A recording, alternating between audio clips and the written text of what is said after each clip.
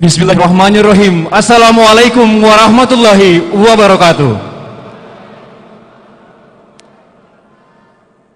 Welcome to International Culture Conference 2021. Assalamualaikum warahmatullahi wabarakatuh. Selamat pagi dan salam sejahtera untuk kita sekalian. Bapak Ibu hadirin yang kami hormati, kami ucapkan selamat datang di acara International Culture Conference yang dilaksanakan langsung oleh jurusan Tadris Bahasa Inggris Fakultas Ilmu Tarbiyah dan Keguruan IAIN Sultan Amai Gorontalo tahun 2021. Bapak Ibu hadirin yang kami hormati, terimalah persembahan tarian saman dari mahasiswa Tadris Bahasa Inggris Fakultas Ilmu Tarbiyah dan Keguruan IAIN Sultan Amai Gorontalo. Ladies and gentlemen, please welcome opening dance presented by students of English Education Department IAIN Sultan Amai Gorontalo.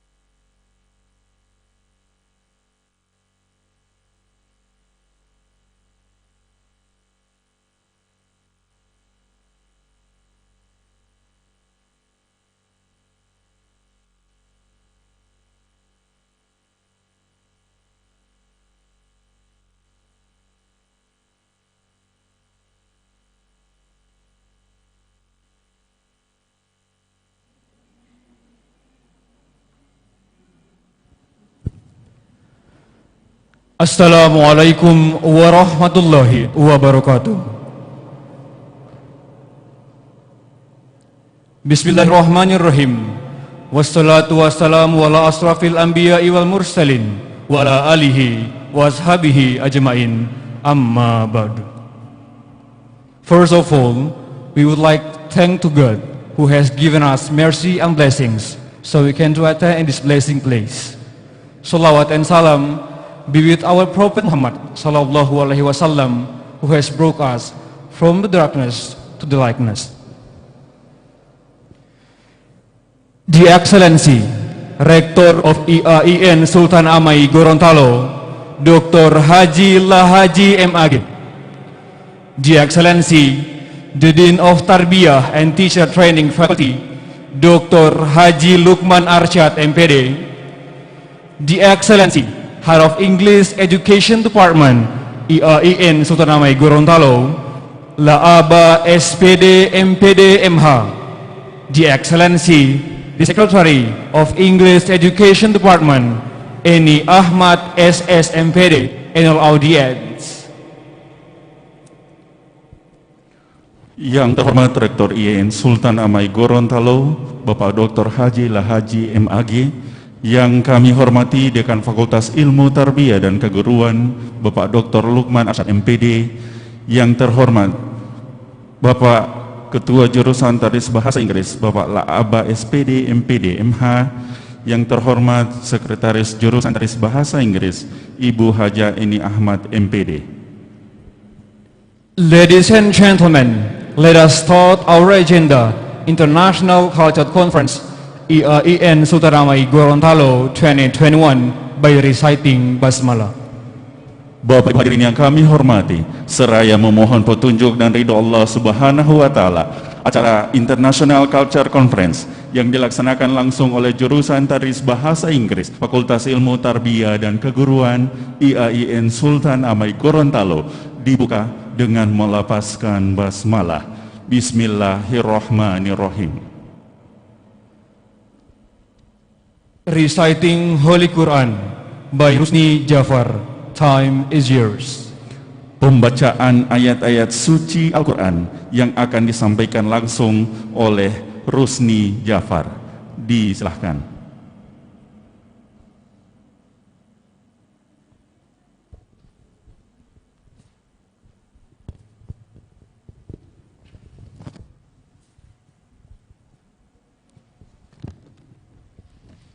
Assalamualaikum warahmatullahi wabarakatuh.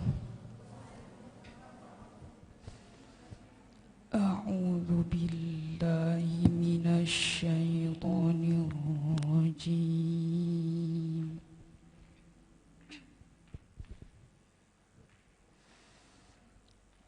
Bismillahirrahmanirrahim.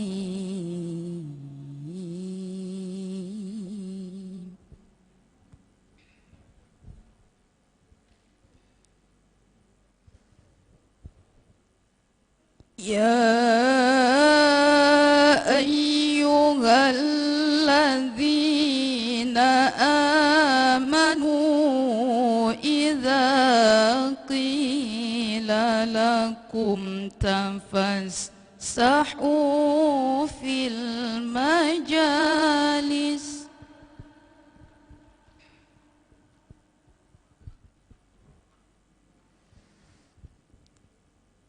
إذا قيل لكم تفسحوا في المجالس فافسحوا يفسح الله لكم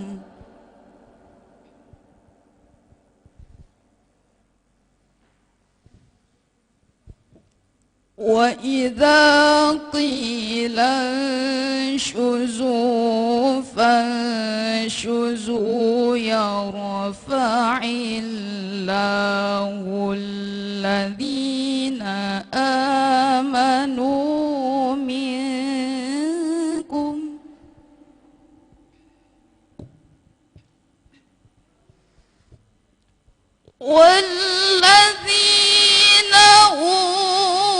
العلم درجات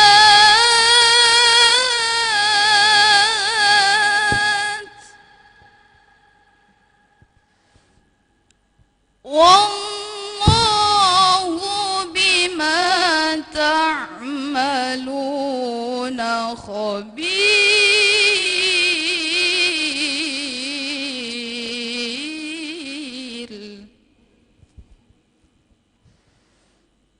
والله بما تعملون خبير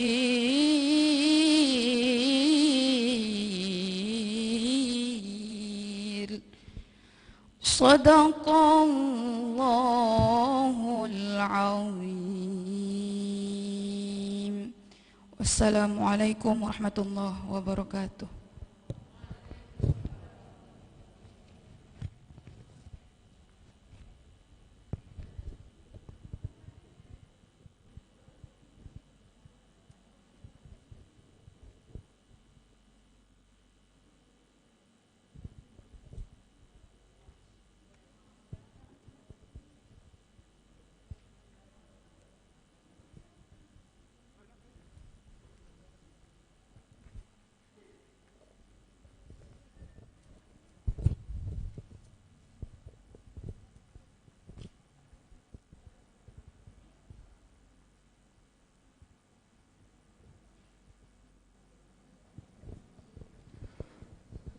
Next agenda, sing an Indonesian theme song. You are invited to stand up. Acara selanjutnya menyanyikan lagu Indonesia Raya. Hadirin dimohon berdiri.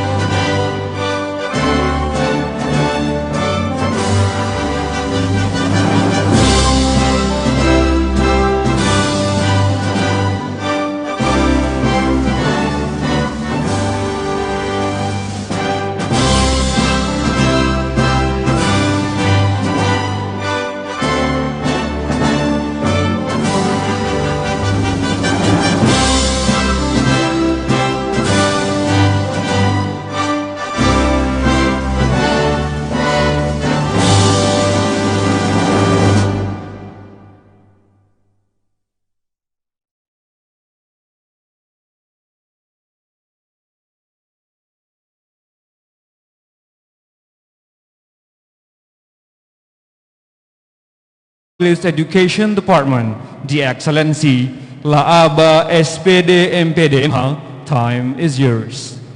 Selanjutnya sambutan.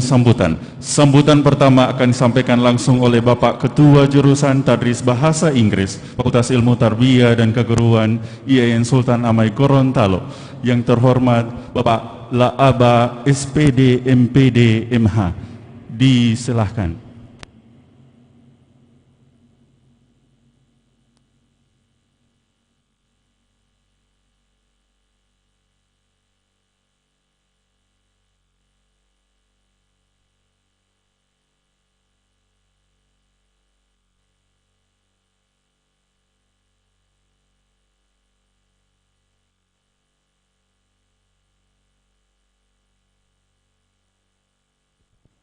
Bismillahirrahmanirrahim.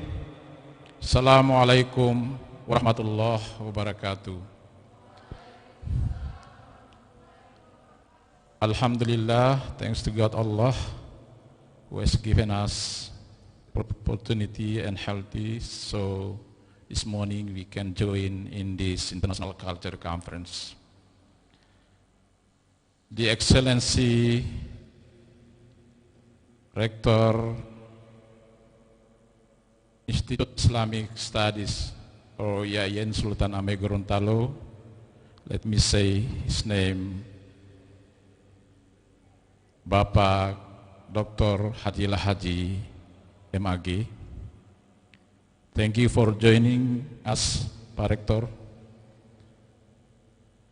The Excellency, the all speakers who is joining in this Zoom,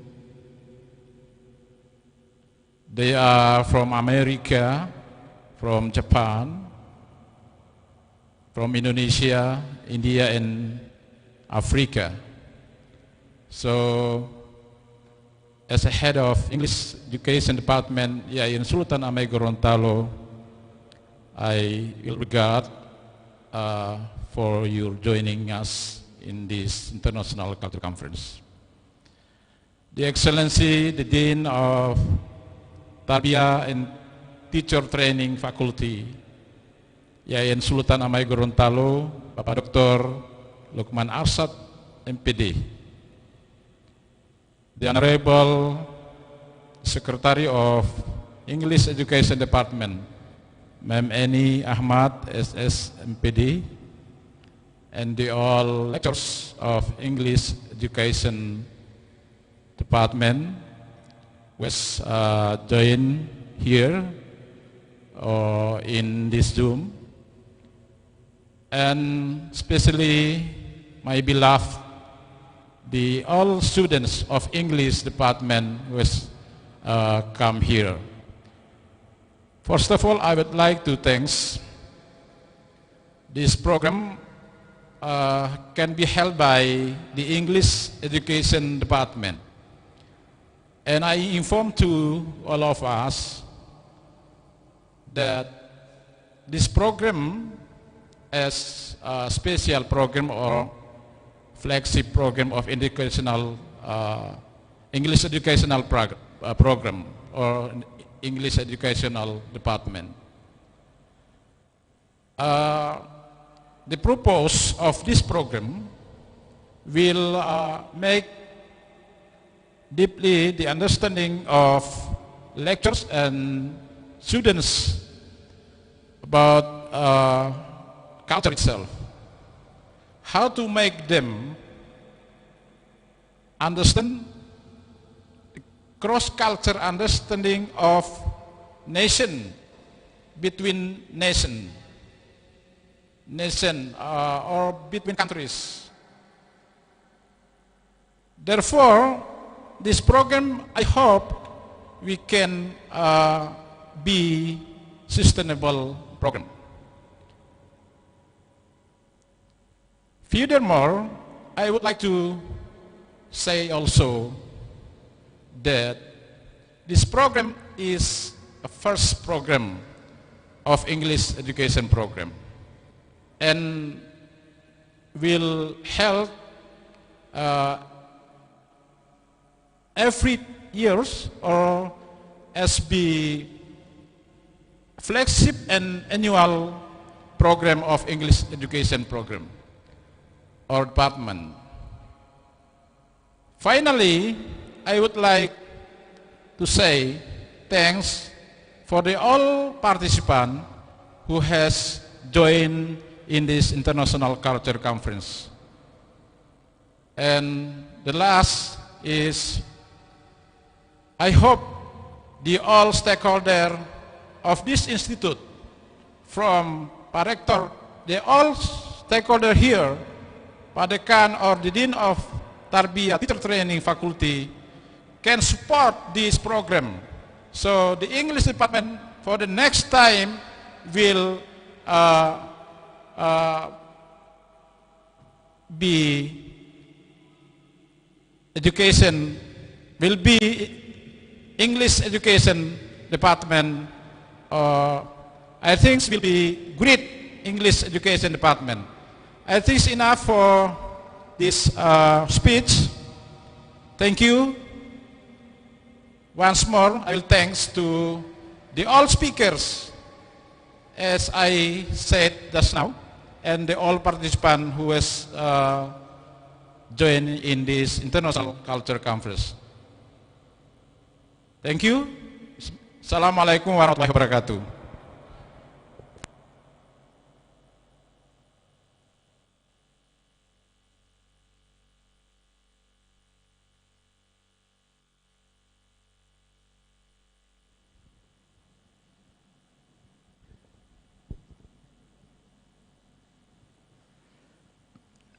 Next speech by the Dean of Tarbiyah and Teacher Training Faculty, The Excellency, Dr. Haji Lukman Arsyad MPD.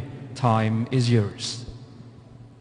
Selanjutnya, sambutan dari Dekan Fakultas Ilmu Tarbiyah dan Keguruan IAIN Sultan Amai Gorontalo yang terhormat Bapak Dr. Haji Lukman Arsyad MPD. Disilahkan.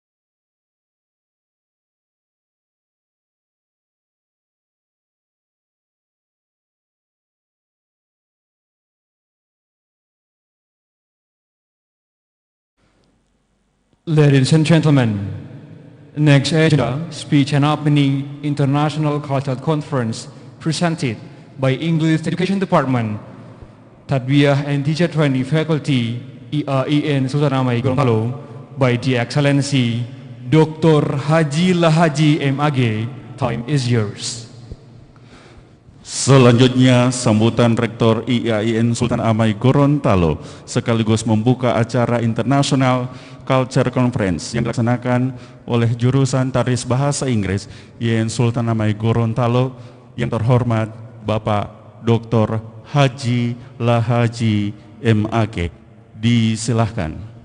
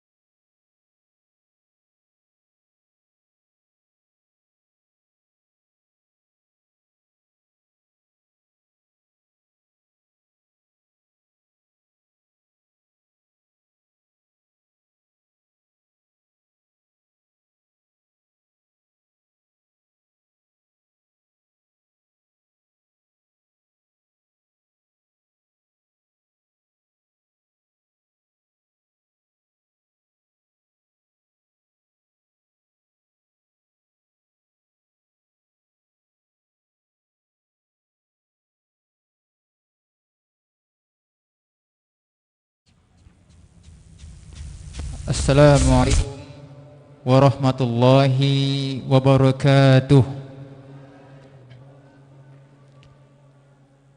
Hadirin wal hadirat, sebelum kita memanjatkan doa, marilah kita tundukkan kepala sejenak, menfokuskan hati dan fikiran kita menghadap kepada Allah Subhanahu wa taala agar doa kita diterima di sisi Allah Subhanahu wa taala.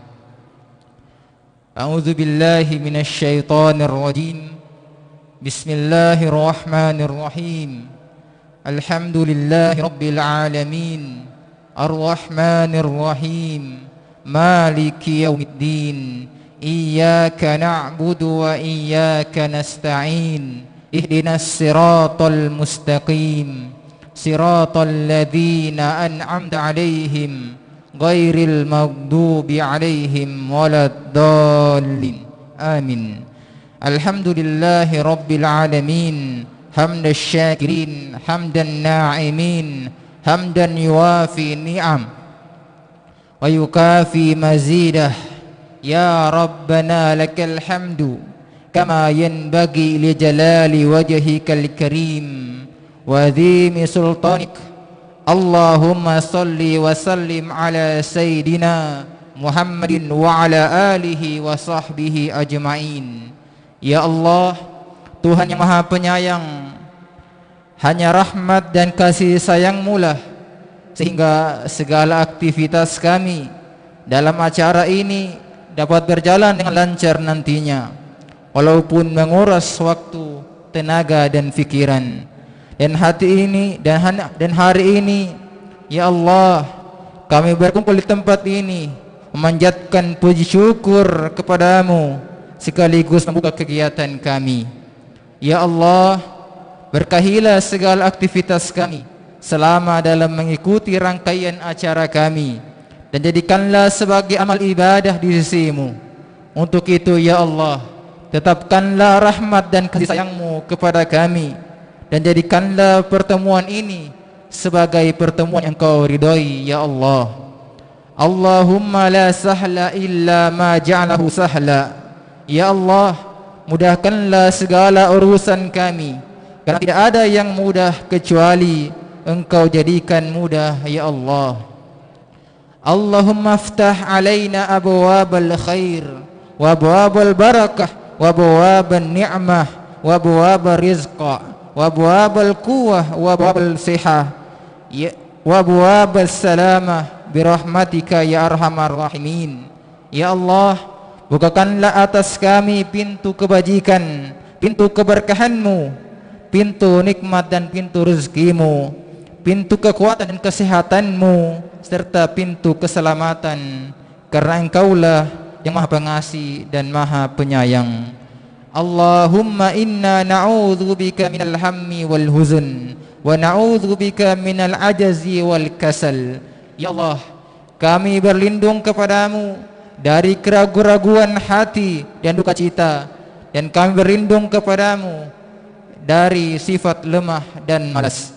Rabbana afrik alaina sabran wa tsabbit aqwamana.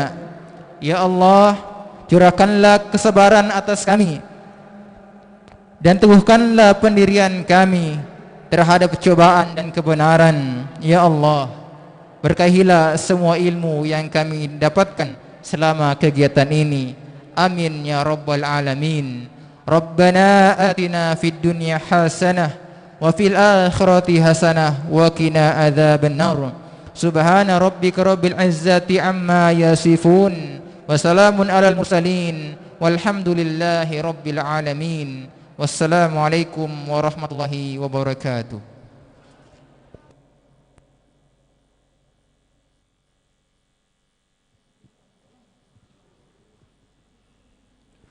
Ladies and gentlemen, that's all our agenda today, and let us close International Cultural Conference presented by English Education Department, Tarbiyah and Teacher Training Faculty, IAIN Sultan Amai Gorontalo, 6 March 2021 by reciting Hamdalah.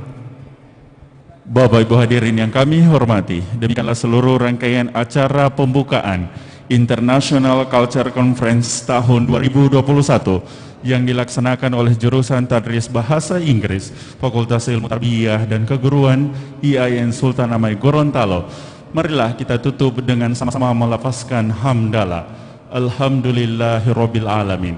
Demikian, wabillahi taufiq wal hidayah. Assalamualaikum warahmatullahi wabarakatuh.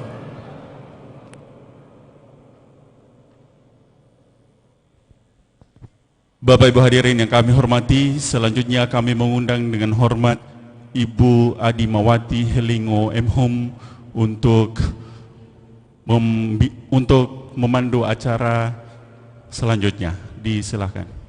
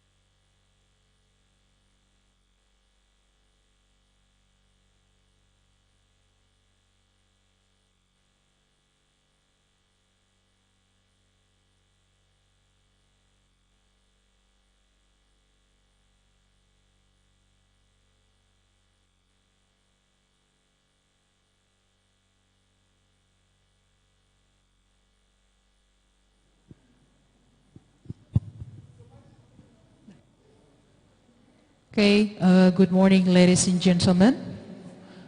Well, I feel honored to be part of this International Culture Conference with our theme, the beautiful rhythm of culture. First, I would like to highly express our highest appreciation and greatest gratitude to all the speakers for being here and to all participants. In a moment, we are about to hear presentation of culture from 6 different countries, but before we come to that, let me read brief profile of each presenter. First, we have Dr. Haji Lahaji MAG, who will speak about Indonesian culture. Dr. Lahaji MAG is now a rector of Islamic State Institute of Sultan Amai Gorontalo. He was graduated from IAIN Alauddin Makassar for his bachelor and master degree and graduated from UIN Sunan Kalijaga for his doctoral degree. He is majoring in Usul Fiqh study in Sharia faculty. Next, we have Mr. Muhammad Yasin Yusuf from India. He worked in MS Bright Construction Private Limited as supervisor for 1 year. Then he worked in Bajaj Electrical Limited from 2018 until 2020. And he is now an electrical engineer in Adani Green Energy Limited company. Presenting American culture, we have Professor Carmila Mahmud SPD MA PhD, who is recently promoted as the Vice Rector of Student Affairs in Gorontalo State University. She finished her bachelor degree in Stikip Negeri Gorontalo in 1998 and her master degree in University of Sydney, Australia in 2001, majoring in applied linguistics. She further completed her doctoral degree in Ohio State University, USA in 2011. Prof. Carmila was also awarded for multiple scholarships. Some of them were Australian Development Scholarship in 2002, Fulbright Presidential Scholarship in 2007, and Margaret G. Felsinger Scholarship in 2009. From Africa, we will hear a presentation from Mr. John Tiburs Amosufi. He works as mathematics teaching assistant and forex trader. He graduated from African School of Economics in 2018 for his master in mathematics, statistics, and economics. Then we have Sheikh Abdul Fattah Abdul bin Mahmud LC, who will represent Arabic culture. He finished his study of Hadith in Damascus in 2004. He later continued his study in Sharia faculty, focusing in Islamic study in Sharia University and Auzai University. He's a mudir and teaches in Mahad An-Nawawi, Syria, and now is finishing his master's degree in Al-Azhar. Last but not the least, we have Ryoko Hayashi from Japan. She is the President Secretary in Darikei Co. Ltd. Japan. During her study, she majored in international political science, and since graduated, she worked at a private company for 5 years and also was a kimono dresser for 2 years. All right. That was brief introduction of the keynote speaker today. Now we come to our main agenda of cultural presentation. I would like to humbly remind that each speaker has about 20 minutes to present their material. Later, at the end of the speeches, there will be a question and answer sessions. Now, I would like to welcome Dr. Lahaji MAG to tell about Indonesian culture. Time is yours. Kepada Bapak Rektor Dr. Haji Lahaji MAG untuk dapat mempresentasikan materi tentang Indonesia, budaya Indonesia. Kepada Bapak dipersilakan.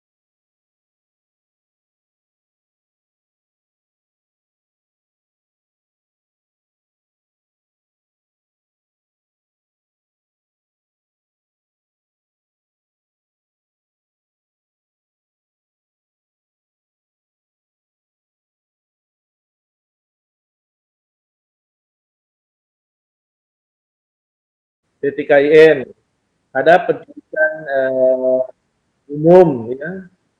Itu masing-masing menyelenggarakan pendidikan.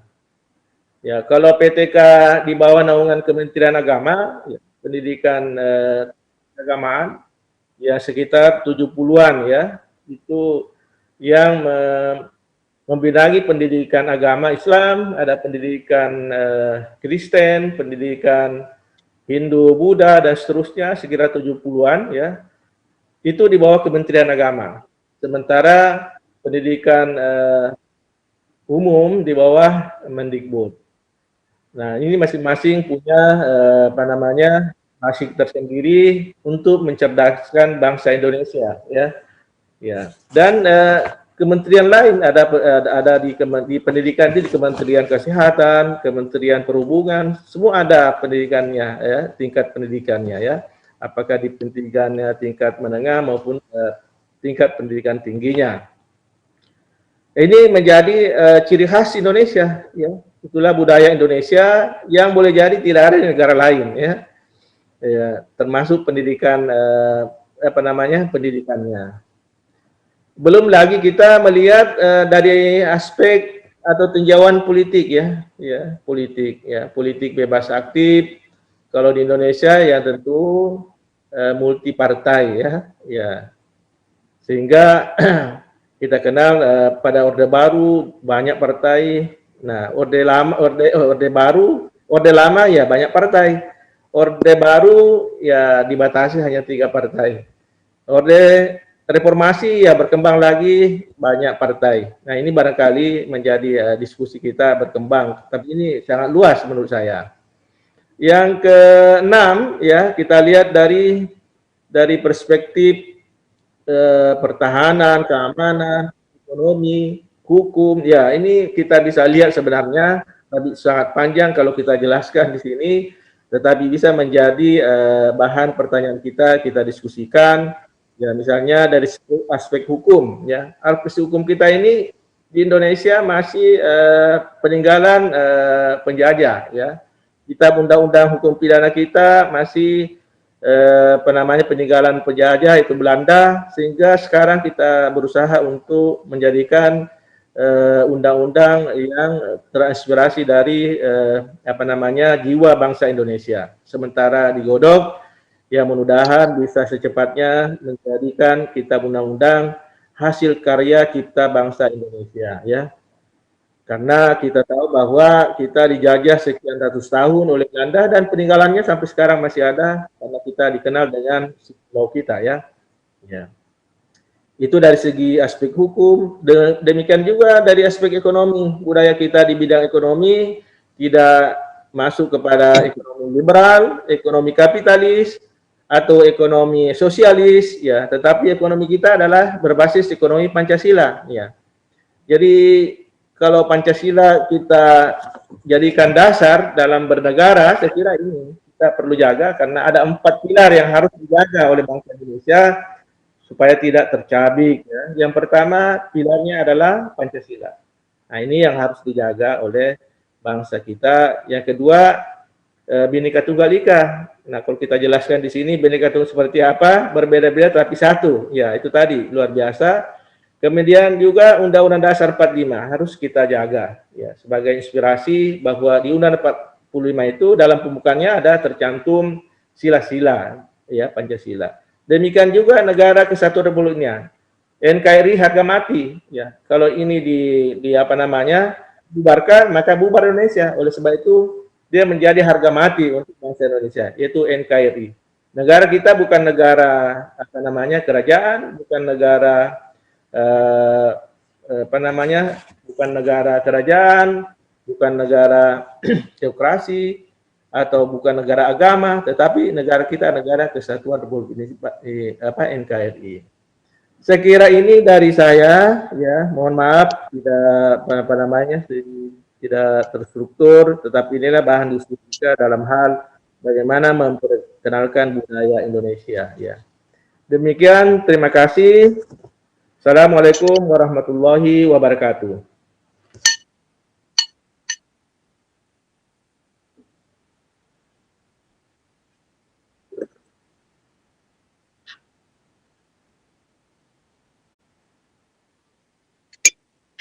Invite the speaker from India to Mr. Muhammad Yasim Yusuf. Time is yours. Do we have him?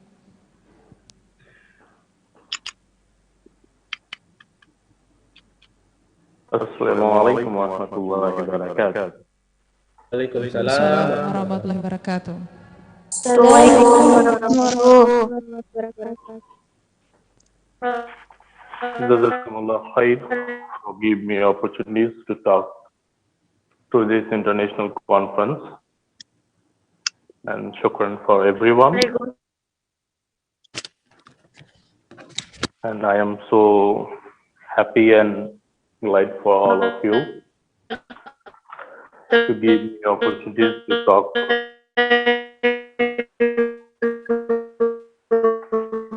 about the Indian culture.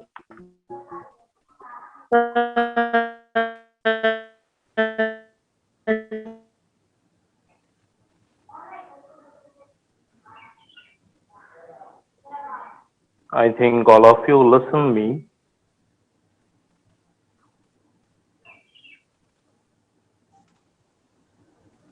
All of you listen me.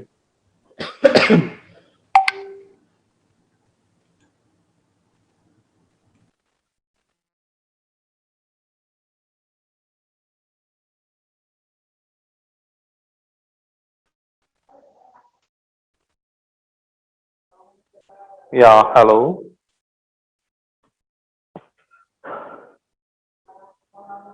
Yeah, I am talking about my Indian culture, and I am so happy to I am represent for our country, India. I am Muhammad Yasim Yusuf from India. I am so proud of myself. I am an Indian. All of you know that Indian is the second largest population and landing culture is this so big country. It is near South Asia, and it's more than Hindu cultures in our Indian country. It's like Asia is using a mostly used language, different type of language, like a 447 language in use in India. The mostly used in language used in India is Hindi, and it's a different state and different language in India.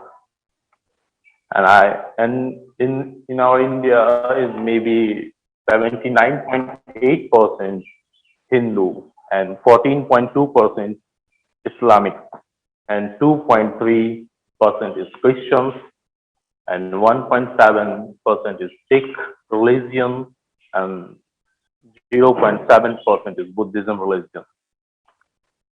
India is a historical places famous in all over world, is famous in historical places. You all know that the Taj Mahal is a very beautiful and beautiful and is the famous of the love is the love in Hindi and Urdu say is muhabbat. It's Shahjahan and Mumtaz, the queen and king. And I think is there maybe many things. I invite my all attend the meeting. Who is attend the meeting? I all are invite to come India. Is many beautiful cities like Delhi, New Delhi, like Mumbai, like Calcutta and Hyderabad. Is a different city in India. And is there maybe 200, maybe 500 and 600 years we are in India is a Mughal Sultanate. It's a Mughal Sultanate. There are Muslim kings, Akbar, Humayun, and Shahjahan, and Aurangzeb, Rahmatullah alayhi. They are all too much big king, Islamic Muslim king in India. And our country is maybe 200 is back is British. Then it's freedom, taking a freedom is 15 August 1947. It's freedomly. And it's near about our country is Pakistan, China, Nepal, Bhutan. And in north is Bangladesh, Myanmar. Is near about the country. Our culture is so polite. No, then suppose that we are a Muslim is maybe 14.9%. It's no problem like this. Any another country is maybe troubling is a minority. But in India, we are so freedom and everything is possible to them. Maybe in India, maybe around millions of mosques. And when in use a Hyderabad city, when it's time of Maghrib, when anyone is standing in a roof, then everywhere they're surrounding the listen azan, Allahu Akbar, everywhere. Then it's like when we listen that, we are so exciting feel, and we so enjoy. When you listen the azan, everywhere, every sound, Allahu Akbar. And we are all are, is there many type of friends, we are friend circles is more than Hindu's family. When suppose that we are do one organization, do a job, maybe more than 3 or 4, 5, 6 Muslim candidates and otherwise are Hindu candidates. They are so be politely. Sometimes we are so proud of them. We are Indian and we stay in here more than our friends and my brothers are Hindus. Then we have no problem. And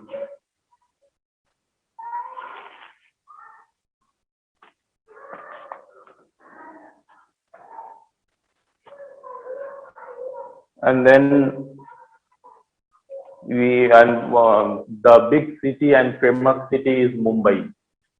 We all know that the name of the Mumbai. Mumbai is a big city and so crowdly city. Is a business purpose is so top one. Mumbai and Calcutta and Delhi. And tourism place is that little Nainital is present in Uttarakhand, and in Kerala is it Karnataka, and Hyderabad and Agra. Agra is present in Taj Mahal. I say it again. Taj Mahal is present in Agra. Delhi is present in Qutub Minar, Humayun ka Maqbara, and Red Fort, and in Hyderabad is present in a Charminar. There's a many tourism places in India, and there's a different type of seasonal come to in India. Is there winter season is too much? Maybe some places is minus, going to the minus winter season, and some places is very politely. And we are sometimes in when it come to the Indian culture in seasonal, it's a changing season. Now is the spring season in India. A little cool, little warm, a little rainy sometimes. It's now present time is season. And I'm so happy to explain our country to you. And I also know about Indonesia. Indonesia is also a beautiful country and beautiful culture. I always search in a net in Indonesia. What about the Indonesia? And Indonesia is so how to explain words. It's a so beautiful country. I also want to come to Indonesia and visit your places. Some places I know the name of Bali, Jakarta, and this big city I know the name. And I am so happy to that is more than Muslim by Muslim country in Indonesia, maybe 90 or 97% of Muslim in your country. And thank you to give me opportunities to talk about my Indian culture. And that's all. Thank you. Assalamu alaikum wa rahmatullahi wa barakatuh.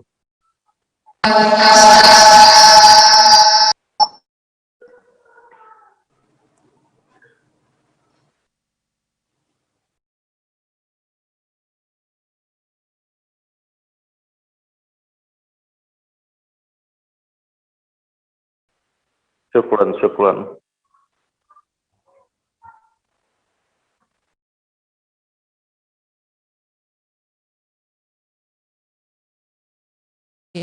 PhD, the time is yours. Okay, thank you very much, moderator. Bismillahirrahmanirrahim. Assalamualaikum warahmatullahi wabarakatuh. Waalaikumsalam warahmatullahi wabarakatuh. Dr. Haji and all the leaders of EIN, Sultan Amai Gorontalo. Today, it's an honor for me to be in this conference. When I was asked first time about this conference and they asked me to be the presenter and talking about the American culture, I was a little bit hesitant because I'm not American. So I a little bit hesitate at the beginning, but then I think I can share about the American culture from my point of view as a people, as Indonesian who are studying there for 4 years, and so I will remind you that all the things that I'm going to share today about the American culture is actually based on my experience while I was studying there for 4 years. So it might not represent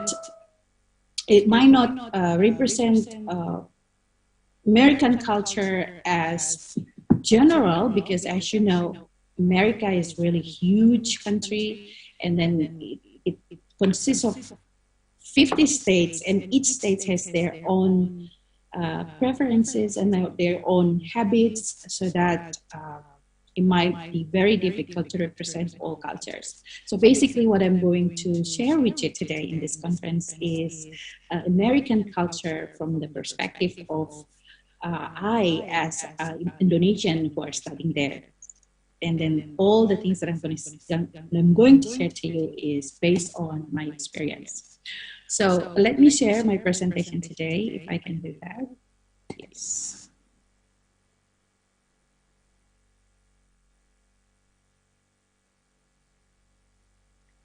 Okay. I hope this is clear for you, everyone. Yes. Can you see the presentation? Okay. Yes, it is. Can you see that? Okay. So today I'm going to talk about the culture of the United States. And this presentation based or inspired by a presentation by Kadir Piskin that I find in the slide share. But I also add some of the slides from my own presentation. So let's start with meeting and greeting etiquettes, everybody. So the greetings in the United States are casual. Usually you smile and say hello. Sometimes they say how are you when you meet, but don't be disappointed or don't be sad when someone say how are you to you, but then when you answer it, they just walk by and it seems like they don't care. Don't be sad because how are you means hello. They don't necessarily means they want to know how are you. It's just they want to say hi. Except if you are close friends, when they say how are you, it means that they want to know how are you. And then also they prefer handshake as a first greeting. But with the pandemic, I think this culture is starting to change, and it also happened here in Indonesia. We are not shaking hands anymore because of the pandemic. Hugging is okay, and it's usually suitable for family and friends.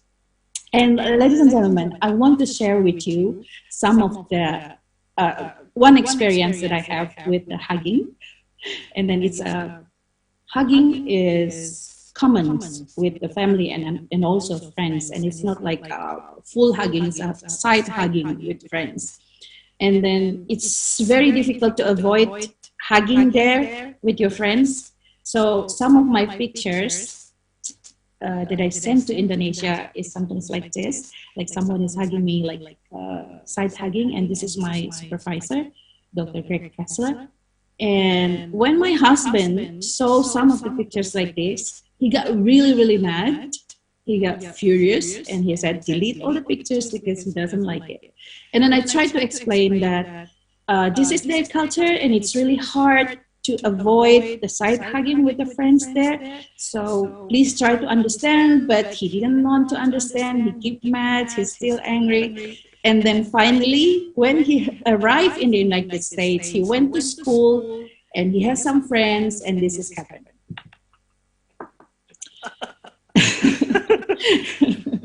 So this has happened.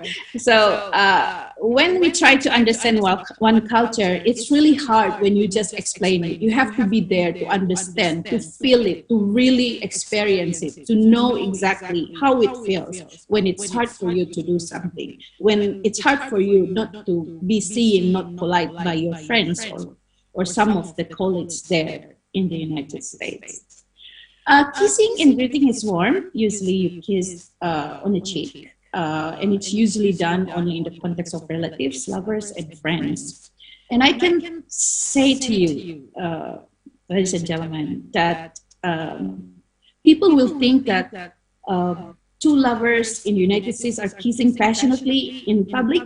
It is not what happened there. It's hard to see directly people like kissing, hugging passionately on public, because it's not in the United States. I was really like a little bit surprised at the beginning because I couldn't find it, because in the movie usually you can see it, but it's not there.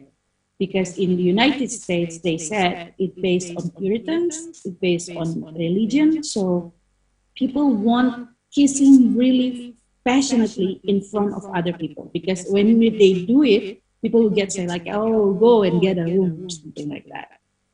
So yeah, that is the reality there. It's not like the movie, like what we watch in the movie.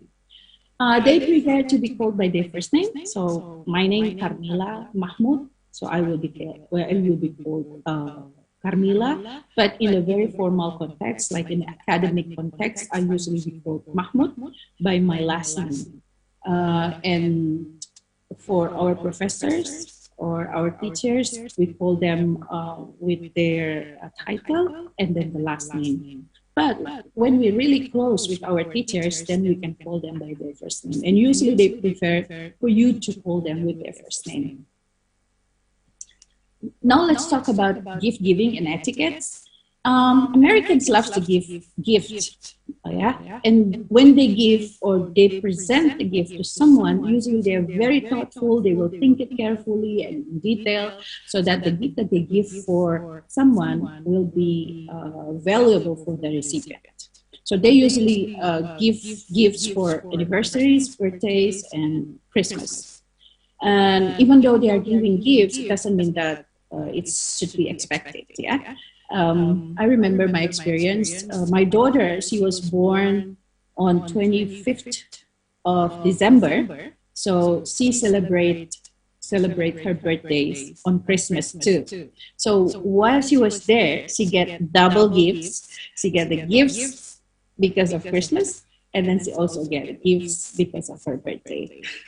So she loves to be in America because she get double gifts for her birthday. And usually people celebrating Christmas by exchanging gifts. I remember my close friend, Diana Stone, she invited me to her parents' home in Ashland, Kentucky. And on the way there from Columbus, Ohio to Ashland, Kentucky, we went to several Walmarts to find some gifts for their parents. So I ended up buying some gifts for her parents, for her mom, her dad, and also her grandmother. I didn't prepare anything because I didn't know, but finally we find some gifts for them. And then it's more polite for you and it's more expected if you handwrite the card with the personal note. It will be considered thoughtful if you're handwriting it. Usually when someone invites to someone's home, they will bring something like a box of chocolate, cookies, or bottle of wine, plants or flowers for the hostess. What I did, I usually bake something and then I bring it and share with them for the dinner. And if you're giving a gift, you are expected to open the gifts in front of the giver, because when someone gives you a gift, it means that they think about it very carefully and they expect to see your expression when you open the gifts. So make sure you open it in front of them. It's not the same here, like we keep it and then we try to find time to open it. But in the United States, you are expected to open it directly in front of them. For the dining etiquettes, Americans meet in home or the yard or in a restaurant or in some park or in public places. We have, or the Americans have this habit that is called potluck, where we come in a gathering and then we bring our own dish, our own food, and share it together in the occasion. So we call it potluck. So maybe we can try it here in Indonesia, because it's really great. Like people will bring their own dish and we share it together, and then we have fun, and then we can mingle and post together, and that is what happened in the United States that we can do here in Indonesia. And the table manners are really relaxed there. Sometimes in the gathering we can use paper plates and paper cup, and it's okay. But if it's very a formal occasion, then the plateware will be used. You could use plate or sometimes Chinaware or something like that. Let's talk about the business etiquettes. For the business context, usually people use dress formal, like using suits or ties, or using something formal every day, except for Friday. So that is why you might know the expression say that casual Friday, because in Friday people use casual attire to go to work. So that's why casual Friday come in the expression.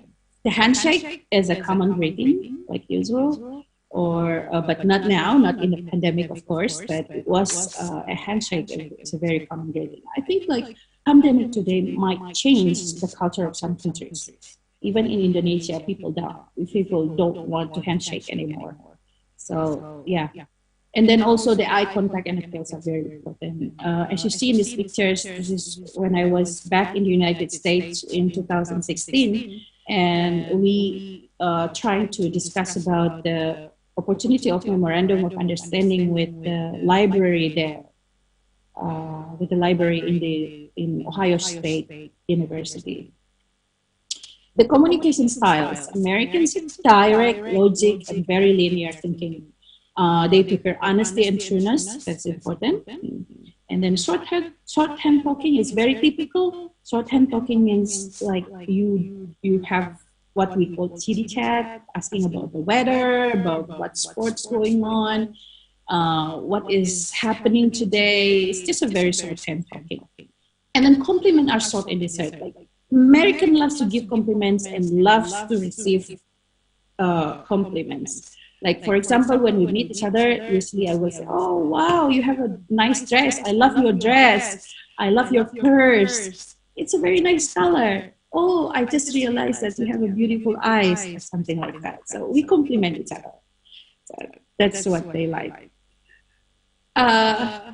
In the business meeting, it's very important for you to arrive on time, not only in business meeting, but in every meeting, please try to come on time. And if you are invited to a dinner, please make sure to come on time, because people don't want to wait for you. They are hungry, they want to eat, so you need to come on time. And then the meetings appear relaxed, but they are taken seriously, even though people are relaxed, but the meeting are taken seriously. If there is agenda to be followed, it will be followed. And then Americans affect by data and evidences. And this has happened in their sports as well. Like they have a very good statistic to predict everything. So they're really affected by data and numbers. Let's talk about lifestyle. So American people are very friendly. They are cheerful and sympathetic. When two people, especially they are youngsters, they don't say like, how are you anymore nowadays. Some of the expression that they use like, sup or what's up?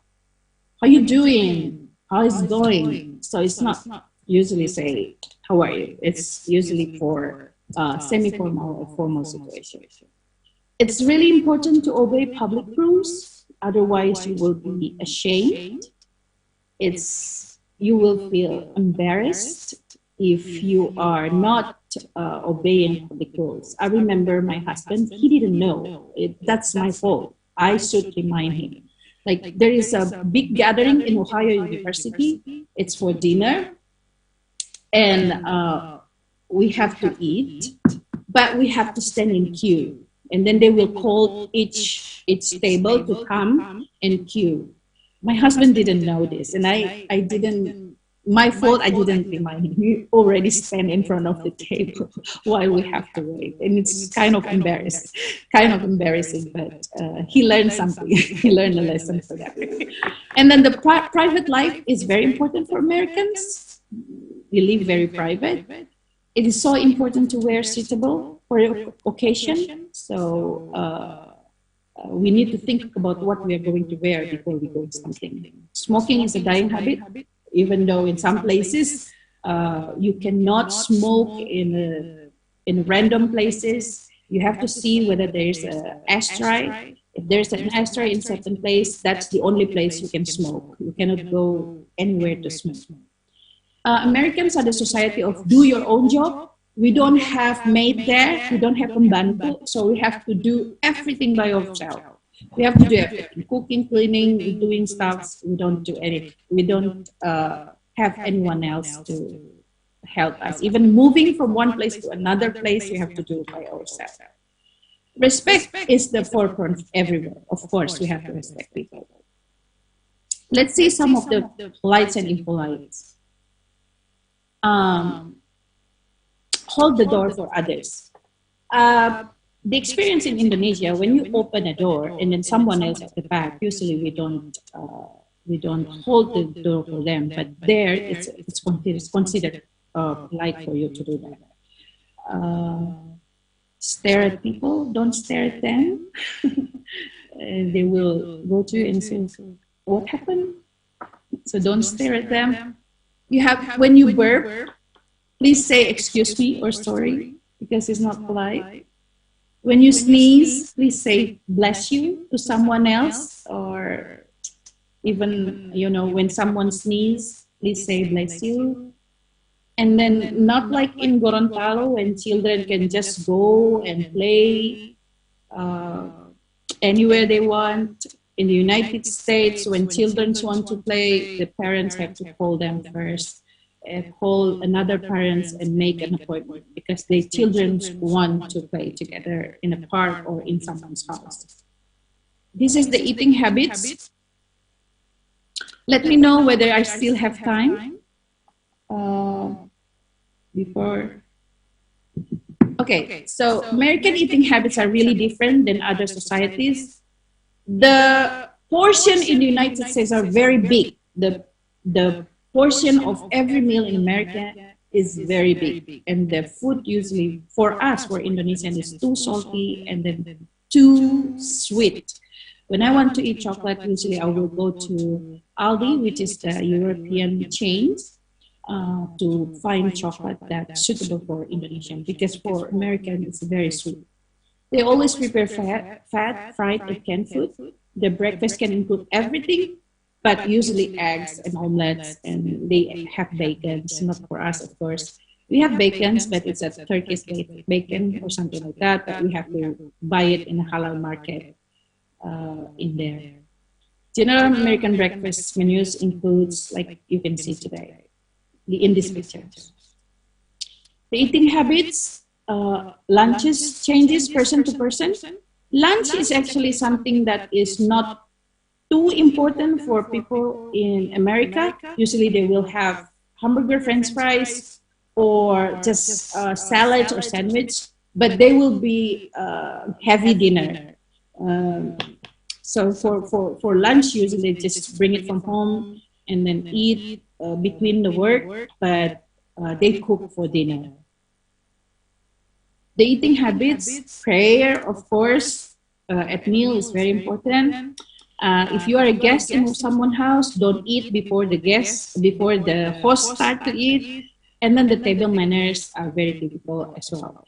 I put a picture here of a girl bring her food, because this is something that's different from here. I remember when my daughter arrived in Indonesia and we eat in one of the fast food chain. I remember it's KFC, if I'm not mistaken. And then after we eat, she held the tray and then she was like walking around. And then I said, "What do you want to do?" And she said, where do I have to put this tray, mommy? Where do I have to dump all these papers and then the rest of the food or something like that? I said, just leave it there. And she said, why? Because in Indonesia, there will be other people or other person will take it and do it for you. But not in the United States of America. You have to do it yourself. You have to dump your the papers or the cups or whatever you do, and then just put the plate and put the trays on the place by yourself. And Americans love to eat snacks and pizza and other snacks while watching movies, football matches like Super Bowl or something like that, NBA, and they will have snacks and pizza while doing that. They generally drink soda, not mineral water, and beer also. But you cannot drink alcohol, including beer, on the street. No. So when you're walking on the street, you are not allowed to drink alcohol. Sometimes my friends camouflage it by putting it in the brown bag. Their beer they put in the brown bag and then they carry it and drink it on the street, because it's not. It's forbidden. It's not allowed for you to drink or to drink alcohol on the street. The meals are generally fast food because organic food is very expensive there. Time. Please be on time. Classes, for appointments, for work, for group meetings, because being late means it's a sign of disrespect. So start to arrive early, at least 10 or 5 minutes before the occasion. time, the concept of time and the concept of punctuality is very important there. If you see in this picture, there is a school bus, and this is my daughter. The school bus will come on time to take my daughter from home and then also to take her home.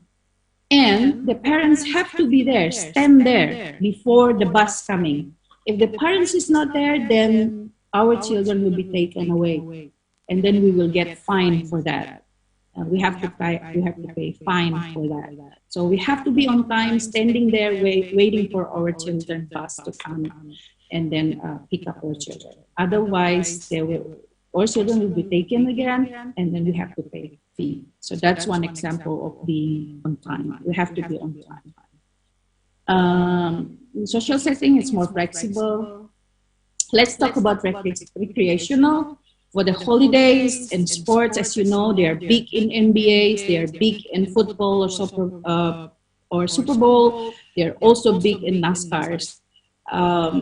For the Independence Days, 4th of July, usually we will go to a certain place where there are lots of fireworks, and it's so beautiful. And also there's a Thanksgiving, Halloween, Christmas, Labor Day, Martin Luther King Day, Memorial Day, and so many others recreational holidays there. This is my daughter for Halloween. Halloween, usually they will take that little basket and then go around the neighborhood, and they will give candies to children for trick or treats. And then that's my daughter is wearing Gorontalo traditional attire. And then when people ask, "Who are you?" she said, "I'm Gorontalo princess."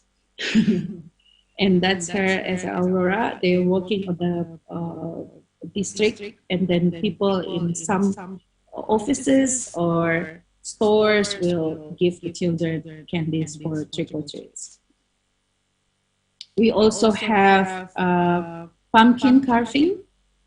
This is pumpkin carving. Usually we carve Jack-o'-lantern, but my daughter wants Dora the Explorer, so okay, I do that. So usually the campus will have this kind of occasion for the families. In Thanksgiving, friends usually invite their friends to come to house. It's big. It's a very big celebration in the United States. For all older people and for the younger people, usually we have different tables, so we don't sit together in one table. And then they have also a kids table, so different table for different age. So like here is Diana's moms, aunts and uncle, and this is us. And then there's also other tables for children. And then the next day after Thanksgiving, there is a Black Friday. Black Friday is something very big there, where all the stores will provide some goods, or they will sell in a very good bargain, even half bargain. For example, from $1,000, you can get it only for $500. For $100, you can only get it for $20, for example. But people have to fight for that. So usually people will stand in line since at night before the store open early in the morning, and then once the door open, people go there and kind of trying to grab everything that they can find in the store, and it's really nice. Some of my friends get a good bargain from that, but I don't want to do that. I don't want to fight for that, especially you have to wait in the cold night. It's a very, very cold. When you get the coffee from Starbucks, for example, it's only about 1 minute, it will turn into iced coffee. So I don't want to do that, but people like it. So that's all for today. I hope I can share something about the culture of the United States that will be something that you can learn. And you can ask about other things that I might forget to present to you today. So thank you so much again. I'm going back to the moderator. Thank you. Thank you. It's very interesting information from American culture. And one thing I know about what you presented to us that I highlighted the moment when your husband get jealous. Well, let's say it's get jealous because you're for the Side hugging. side hugging. Yeah. But one thing I learned that you don't believe something until it happened to you. So Yes. when he experienced it himself, oh, that's it. Okay. Yeah. Yeah. Thank you, Thank Prof. you. Carmila. Next, I would like to invite the speaker from Africa, to Mr. John Tiburs Amosufi. Time is yours. Thank you.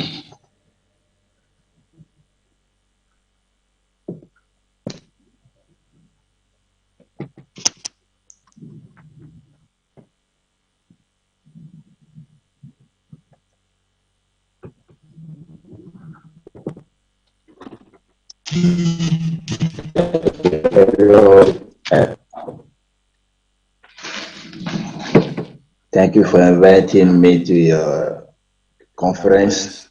I'm very happy to join this meeting to talk about African culture. Is a pleasure for me to share with people around the world my country, Benin's cultures. What I can tell you is in Benin, we have two things have influenced Benin's culture more than anything else. And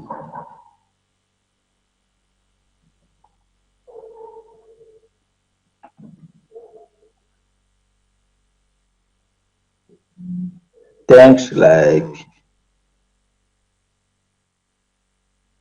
slavery,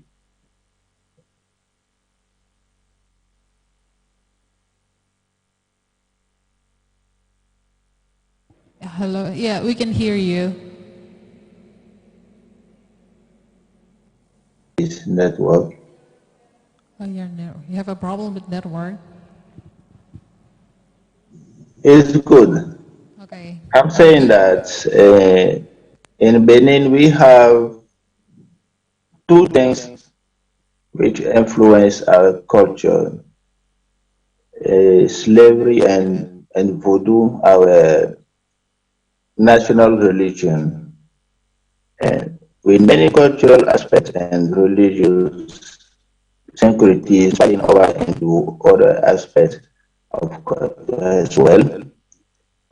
As a tourist in Benin, it is impossible to avoid help messy and creepy fetish sold in the market. So the roadside, the statue of Voodoo, art and festival. The West African slave trade may have case many centuries ago, but its legacy can be observed today in unexpected ways. Efforts and chilling door. We have the place we call the door of no return. So this door, when it came that slave, when the slave passed this door, came back anymore. This door, the door in the city. So if you come in Benin, you say you want to visit the door of no return, even and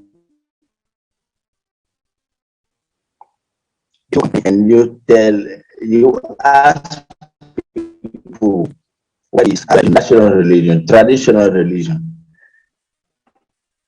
it's not, it says, it's not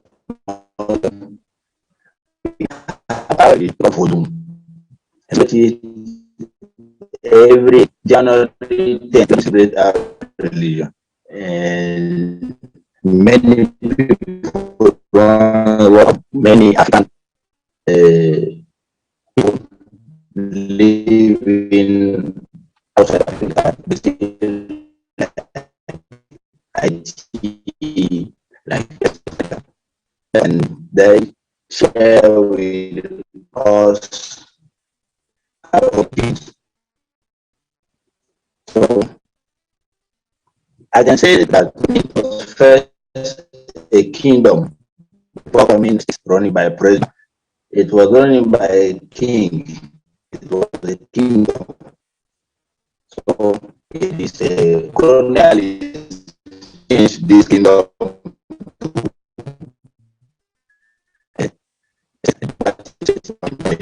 Right now, our president is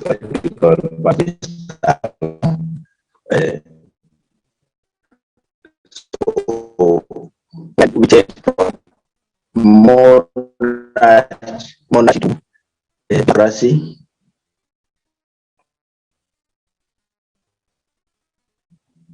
It is the sixth president of the fifth president. So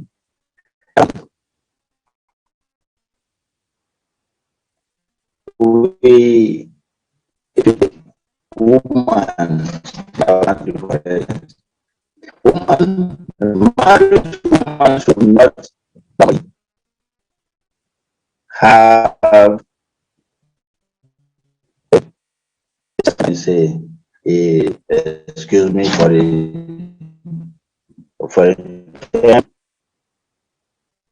we respect that,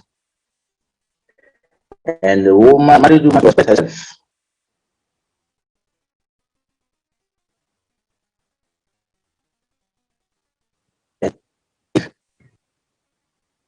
In some families, you are a married woman.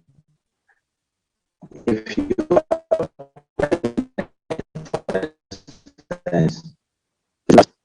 do something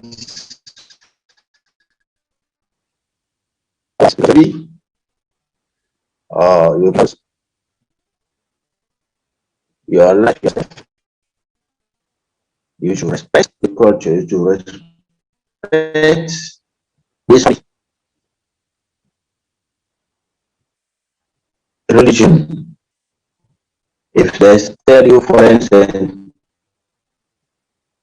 if you are pregnant, do not intervene, sit beside another man, but you do it. It's your problem. I hope you hear everything I'm saying.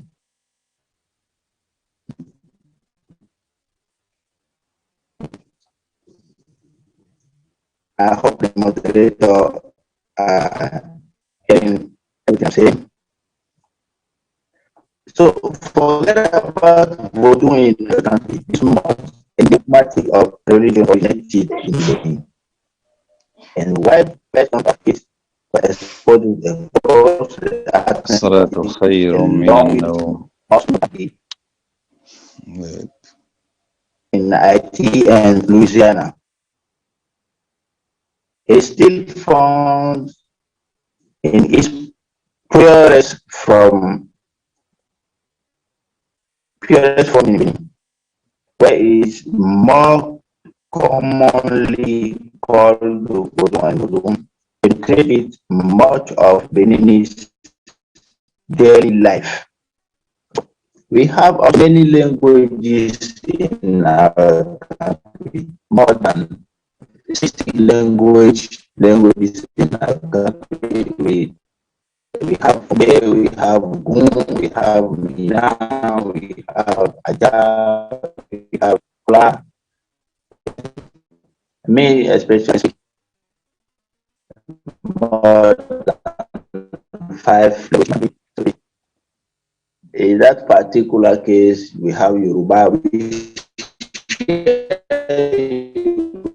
Nigeria, with Nigeria, and people speak Yoruba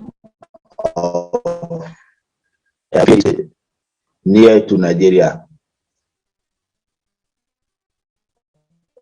like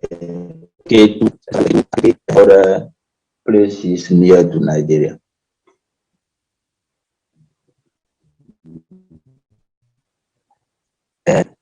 Something else I can tell you is in Benin, we call it about 60 sacred snakes. The snake will not do bad things to you. Take it with your hand, but it protects. Have this many secret forests. It's protected governments.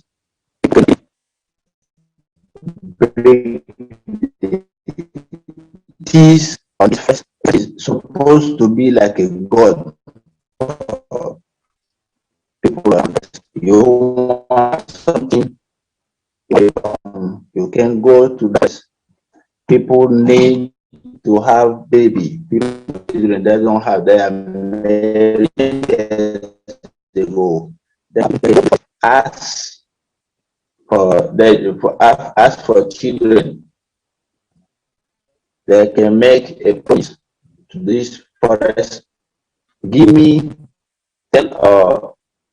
something, and these children is grow with respect, will serve you. So if they go to the forest, they ask anything, they can let it easily.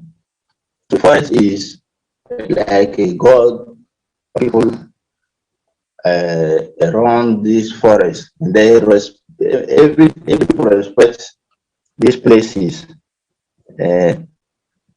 For anything in this world, white because of many of our heroes say, okay, I want to take this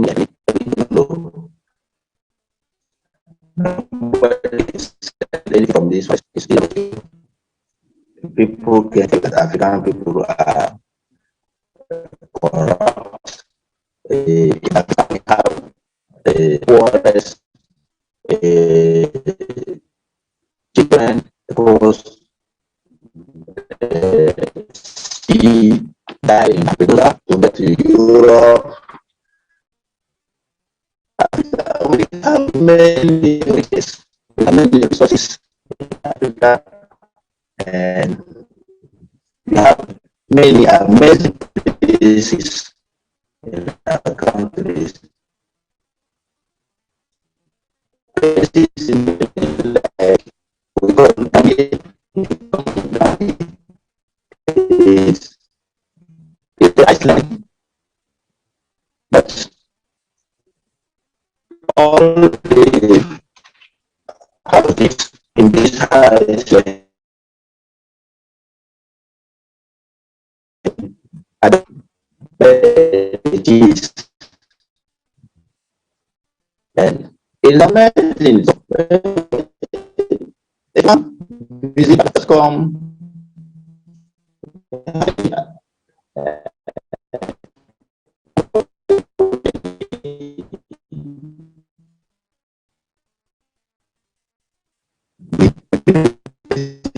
I hear you.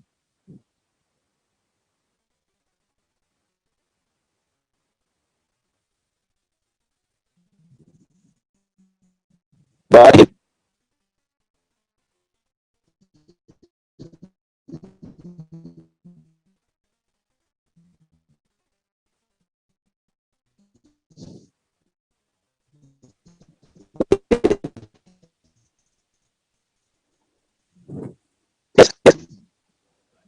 بقى نعرف نحن نشغل هذا.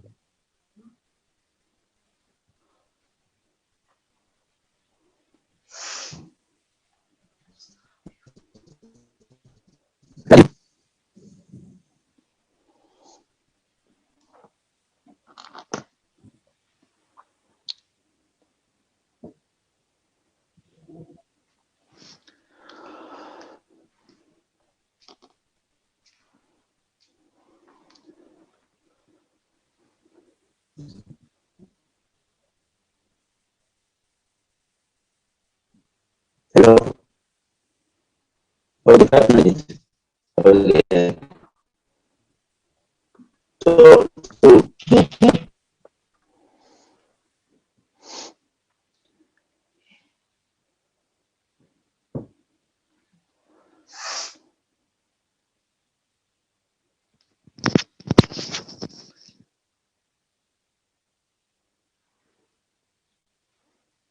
يعني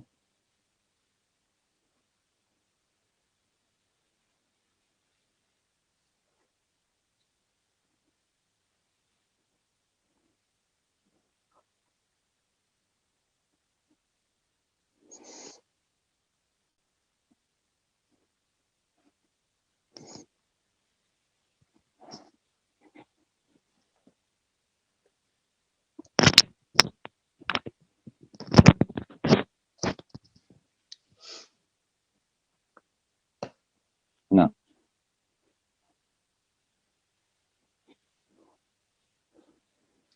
السلام عليكم ورحمة الله وبركاته. بسم الله الرحمن الرحيم. الحمد لله رب العالمين، وصلى الله وسلم على الحبيب محمد وعلى آله وأصحابه أجمعين. أما بعد، السلام عليكم ورحمة الله وبركاته. حياكم الله. وعليكم السلام ورحمة الله وبركاته. حياكم الله بتحية الإسلام، وأكرمكم الله في الدنيا والآخرة، وجعلكم من خير أمة أخرجت للناس، تأمرون بالمعروف وتنهون عن المنكر وتؤمنون بالله. الآن أكلمكم من سوريا، من إدلب، بلد الرباط وبلد الجهاد، في وقت صلاة الفجر. الآن عندنا وقت صلاة الفجر. نسأل الله أن ينفعنا جميعا ويجعلنا من الذين يستمعون القول فيتبعون أحسنه.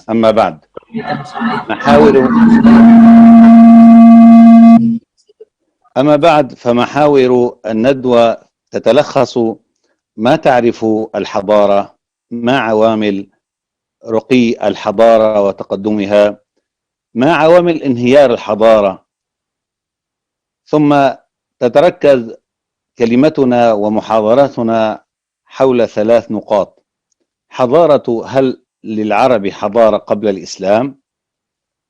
حضارة العرب الإسلامية العالمية بعد بعثة رسول الله صلى الله عليه وسلم. المحور الثالث وهو نحن في وقتنا الحالي، هل عندنا نحن من حضارة؟ وهل يمكن أن نرقى بسلم الحضارة حتى نكون من جديد إن شاء الله كما يحلم كل مسلم وكل عربي وكل ذو أخلاق حسنة وإنسانية راقية؟ هذا ما سنذكره بإذن الله تعالى. في البداية نقول وبالله التوفيق: الحضارة أيها الإخوة، الحضارة هي نتاج ثقافي ومعرفي يشترك به جميع البشر، من لدن سيدنا آدم أبو البشر إلى زماننا، وسيمتد إلى أن يرث الله الأرض ومن عليها وهو خير الوارثين. عوامل رقي الحضارة وتقدمها: للحضارة عوامل: أولا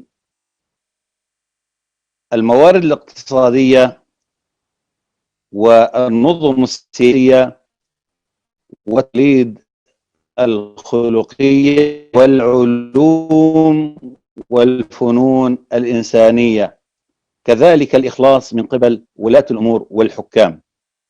ما سبب انهيار الحضارة؟ للحضارة أسباب كما في قيامها كذلك في انهيارها، هي عكس تلك العوامل. ومن أهم هذه العوامل الانحلال الخلقي والفكري.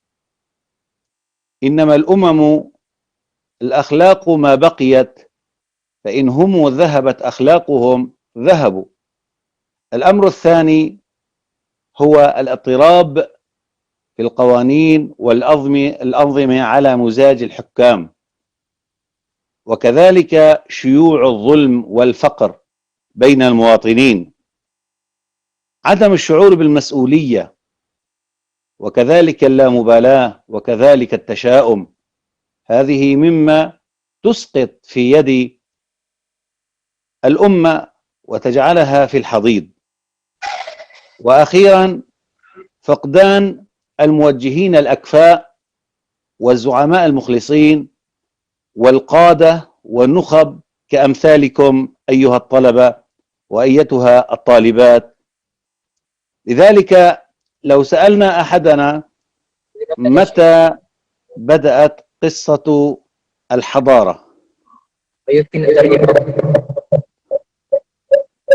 نقول بدأت قصة الحضارة من وجود الإنسان وتنتهي بانتهائه.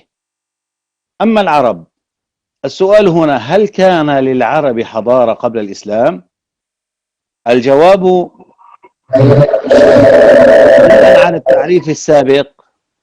بناء على التعريف السابق نعم، كان للعرب حضارة، وهذه الحضارة تناسب واقعهم المعيشي وواقعهم الجغرافي وواقعهم الجيوسياسي. فمثلا كان في الشام الغساسنة، وفي العراق المناذرة، وفي الجنوب اليمن السعيد غني عن التعريف.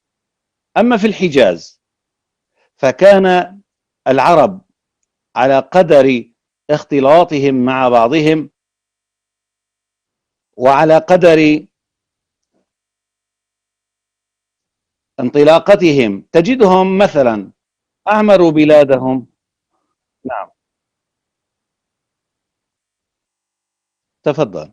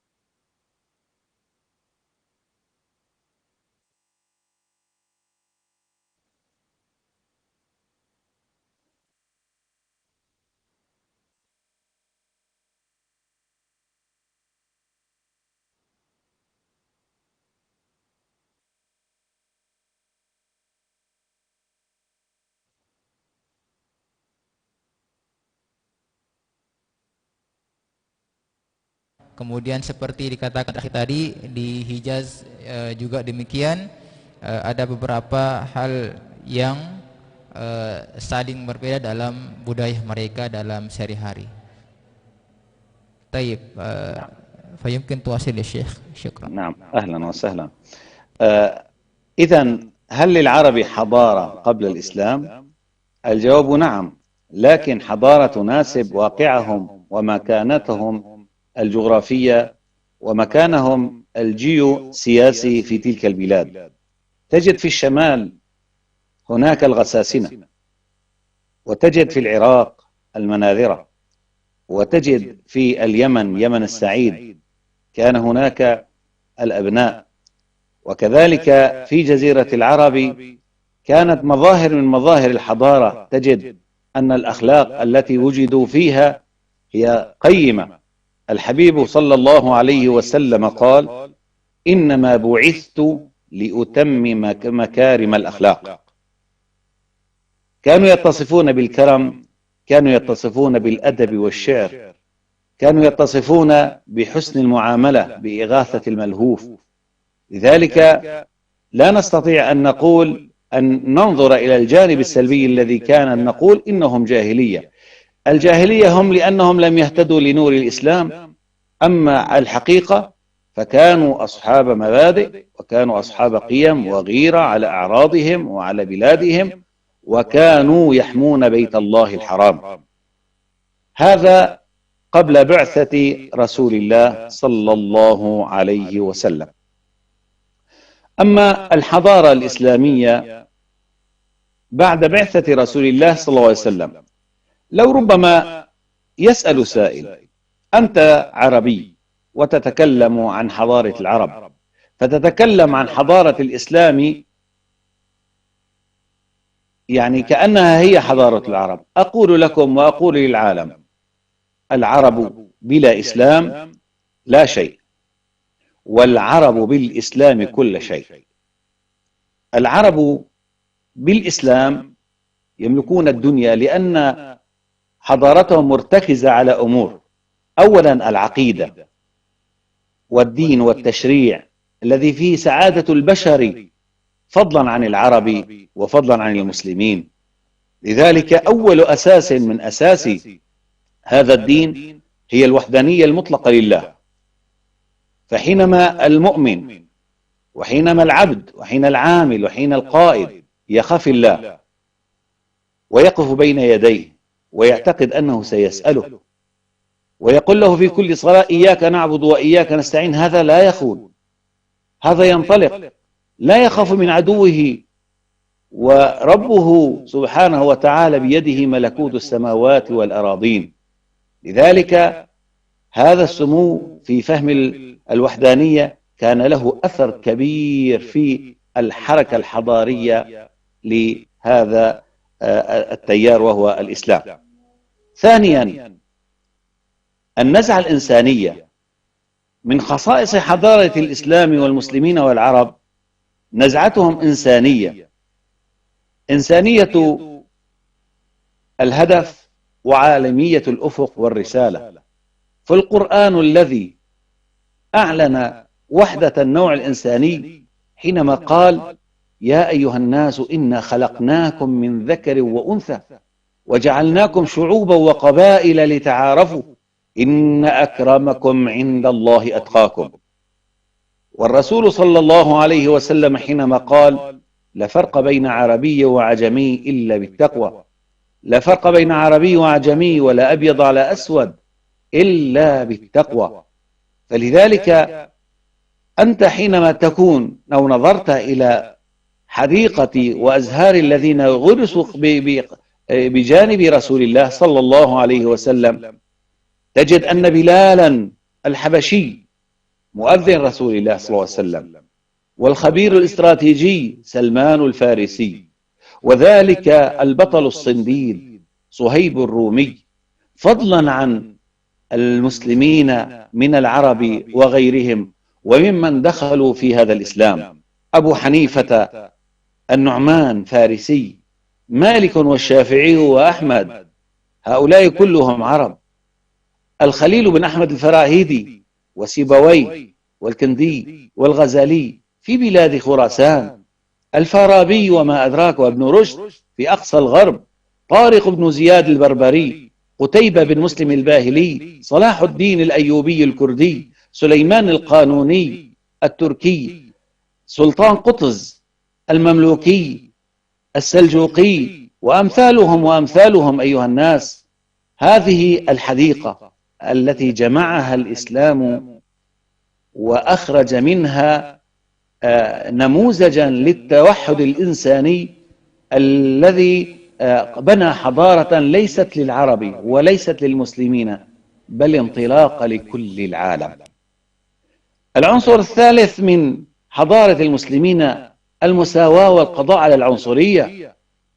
القرآن قال بأعلى صوته: يا أيها الناس اتقوا ربكم الذي خلقكم من نفس واحدة وخلق منها زوجها وبث منهما رجالا كثيرا ونساء واتقوا الله الذي تساءلون به والأرحام. تجد أن مثالا لذلك وتجسيدا لذلك عمر بن الخطاب رضي الله تعالى عنه، الغيور على شعبه البار بالضعفاء، يقوم مرة يعس في المدينة وإذا به بشيخ كبير يسأل الصدقة هذا الشيخ، فقال له: من أنت؟ قال: أنا شيخ كبير أسأل الجزية والنفقة. وكان هذا الرجل يهوديا من سكان المدينة. فإذا بعمر الإنسان العظيم يقول له: ما أنصفناك يا شيخ، أخذنا منك الصدقة، أخذنا منك الجزية في شبابك ثم ضيعناك وأنت شيخ. وأخذ بيده إلى بيته ففرض له ما كان من طعام، ثم أرسل إلى خازن بيت المال وقال: افرض له وأمثاله ما يغنيهم ويغني عيالهم، ووضع الجزية عن فقراء أهل الذمة. هذا هو ديننا، هذه حضارتنا. ثالثا الأخلاق، وهي المحل الأول في كل أنظمة العالم. الأخلاق إن فقدت من الأمة انهارت الأمة. لذلك هذا الخلق رباني. ألم يقل الله سبحانه وتعالى في مزج البشر حينما قال: يا أيها الناس إنا خلقناكم من ذكر وأنثى وجعلناكم شعوبا وقبائل لتعارفوا إن أكرمكم عند الله أتقاكم. وقال: يا أيها الذين آمنوا ادخلوا في السلم كافة، ادخلوا في السلم كافة، فإذا أبت الأمة إلا الحرب والعدوان على أمة أخرى كان الأمر يستدعي الاستعداد، لا يستدعي الإسقاط إلى الأرض والتسليم للعدو. لا، قال: أعدوا لهم ما استطعتم من قوة ومن رباط الخيل ترهبون به عدو الله وعدوكم. فإن عدلت هذه الأمة عن عدوانها قال الإسلام: وإن جنحوا للسلم فاجنح لها وتوكل على الله. فإن عادت إلى الحرب الله يقول: وقاتلوا في سبيل الله الذين يقاتلونكم. لا يجوز لكم أن تقاتلوا كل من خالفكم من الكفار، لا، أما الذين يقاتلونكم فقاتلوهم، أما الذين لا يقاتلونكم وألقوا إليكم السلام ألقوا إليهم السلام. أيها الأحباب، أيها الشباب، نحن لم نكن أمة إرهاب أبدا. الحرب وضعت لأمرين اثنين لا أكثر.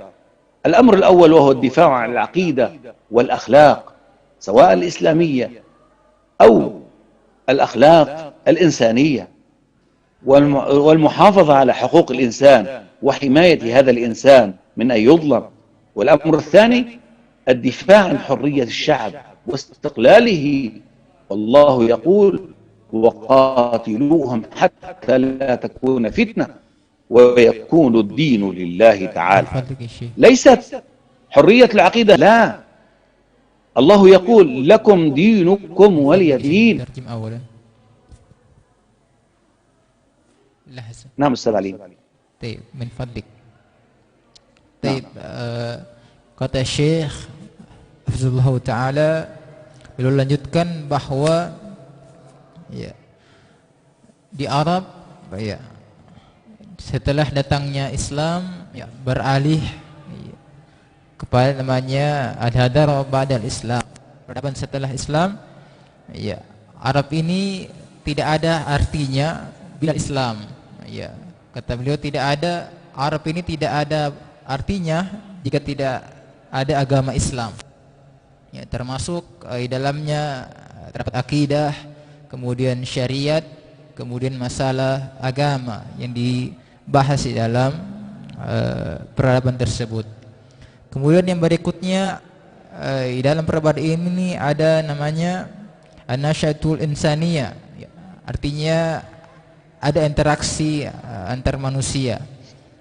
Ya, interaksi antar manusia disebutkan bahwa di Arab, ya, bahkan kita di agama Islam ini yang disebutkan nasyatul wahida, ya kehidupan yang satu, ya tidak dilihat dari perbedaan dari mana asalnya. Dikatakan tadi banyak disebutkan tokoh-tokoh dalam Islam termasuk Abu Hanifah, kemudian Imam Syafi'i, Imam Sibawai dan lain sebagainya.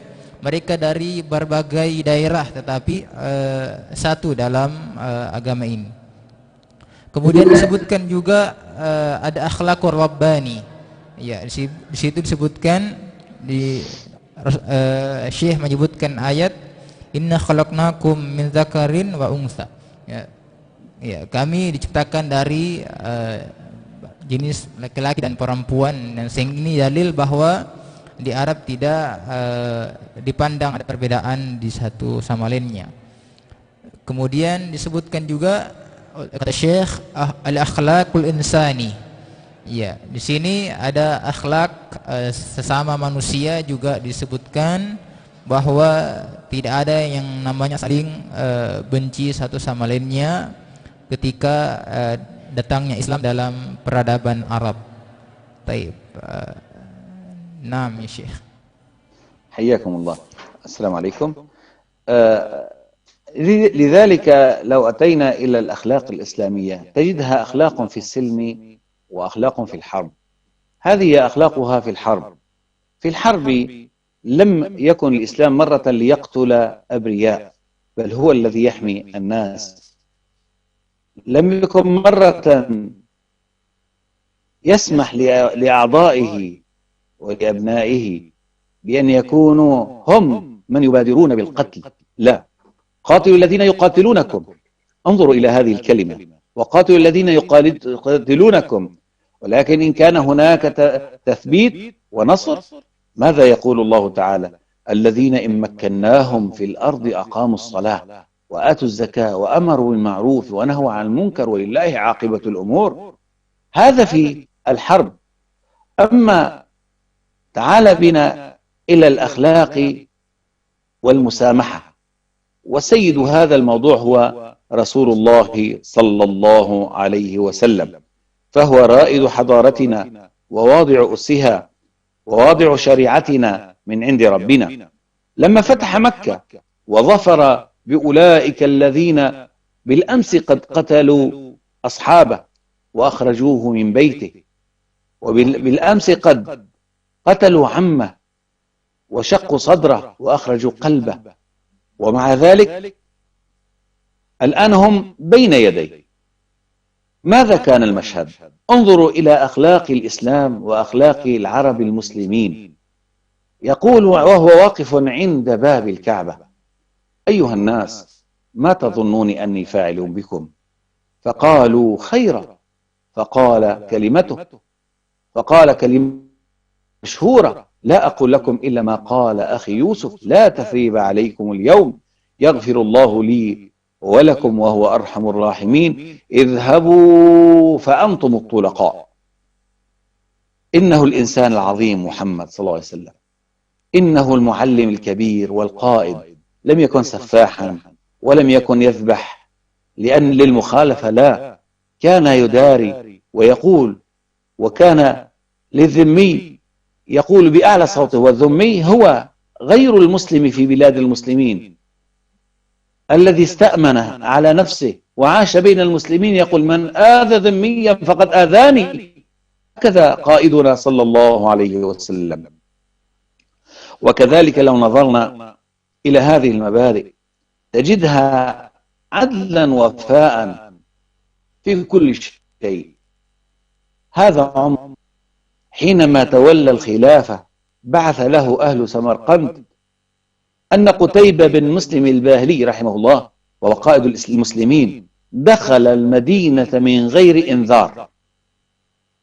عند ذلك كتب عمر بكتاب إلى قتيبة وقال له: إن وصلك كتابي هذا فاخرج أنت وجيشك من المدينة سراعا، ثم بعد ذلك أعطهم الأمانة ثلاثا، وهو خيرهم بين الثلاث: إما الإسلام فلكم ما لهم ولهم ما لكم وهو إخوانكم في الدين، وإما أن يدفع الجزية فعليكم حمايتهم ورعايتهم، ولهم وعليهم ألا يحملوا سلاحا علينا وإلا المناجزة. وفعلا وصل الكتاب فرأى أهل سمرقند أن الجيش يستعد للرحيل، فقالوا: وما الأمر؟ قال: أمر من القيادة العليا للدولة، دولة الإسلام، بخروج هذا الجيش. السبب هو أنه دخل من غير إنذار. لكن فلما سمعوا هؤلاء الناس قالوا: والله هذه أمة لا تحارب، إنما حكمها رحمة ونعمة، ورفضوا خروج الجيش وقالوا: أنتم منا ونحن منكم. بالمقابل، حين وصلت الحروب الصليبية والحملة الثانية إلى معرة النعمان مثلا، ماذا فعلوا وهي بلادنا؟ لما أن أعطوهم المواثيق وسلموا لهم أنفسهم، ما كان منهم إلا أن مالوا عليهم فذبحوهم عن بكرة أبيهم. ذبحوا زهاء 100,000، بل إنهم من حقدهم قطعوهم تقطيعا، بل إنهم شووهم على النار، وبل إنهم غلوهم وأكلوا من أجسادهم. ما هذا الحقد الذي تحقد علينا هذه الأمم ونحن أهل سلام وأهل خير؟ لما تابع سيرهم هؤلاء إلى البيت المقدس، وبيت المقدس هو المقدس عندهم ومقدس عند العالم كله، تجدهم أنهم أعطوا الأمانة لأهل بيت المقدس، فدخل الناس في المسجد الأقصى فمالوا عليهم فقتلوهم، فكانوا زهاء 70,000 من النساء والأطفال والشيوخ، حتى أنهم يفرحون الآن حينما يتلون تاريخهم ويقول: ذبحنا 70,000 حتى مشت وصلت دماء إلى ركب الفارس، إلى ركبة الفرس. الله أكبر. بالمقابل أيها الشباب، أيها الرجال، أيتها القادة، أيتها البنات الطيبات الطاهرات، انظروا إلى صلاح الدين لما انتصر عليهم في حطين وغيرهم، أسر منهم قرابة 100,000، ولما أن رأى من ضعفهم ورأى من بكائهم وعويلهم أذن لهم على أن ينصرفوا إلى بلادهم إلى أوروبا. بل إنه كان يضرب فيه أعظم المثل في التسامح للقائد، وهذا ما كان. وفعلا التقيت بأناس من السويد فكانوا ينظرون إلى صلاح الدين أنه فاتح أوروبا من الداخل لحب أوروبا لهذا القائد الطيب المبارك.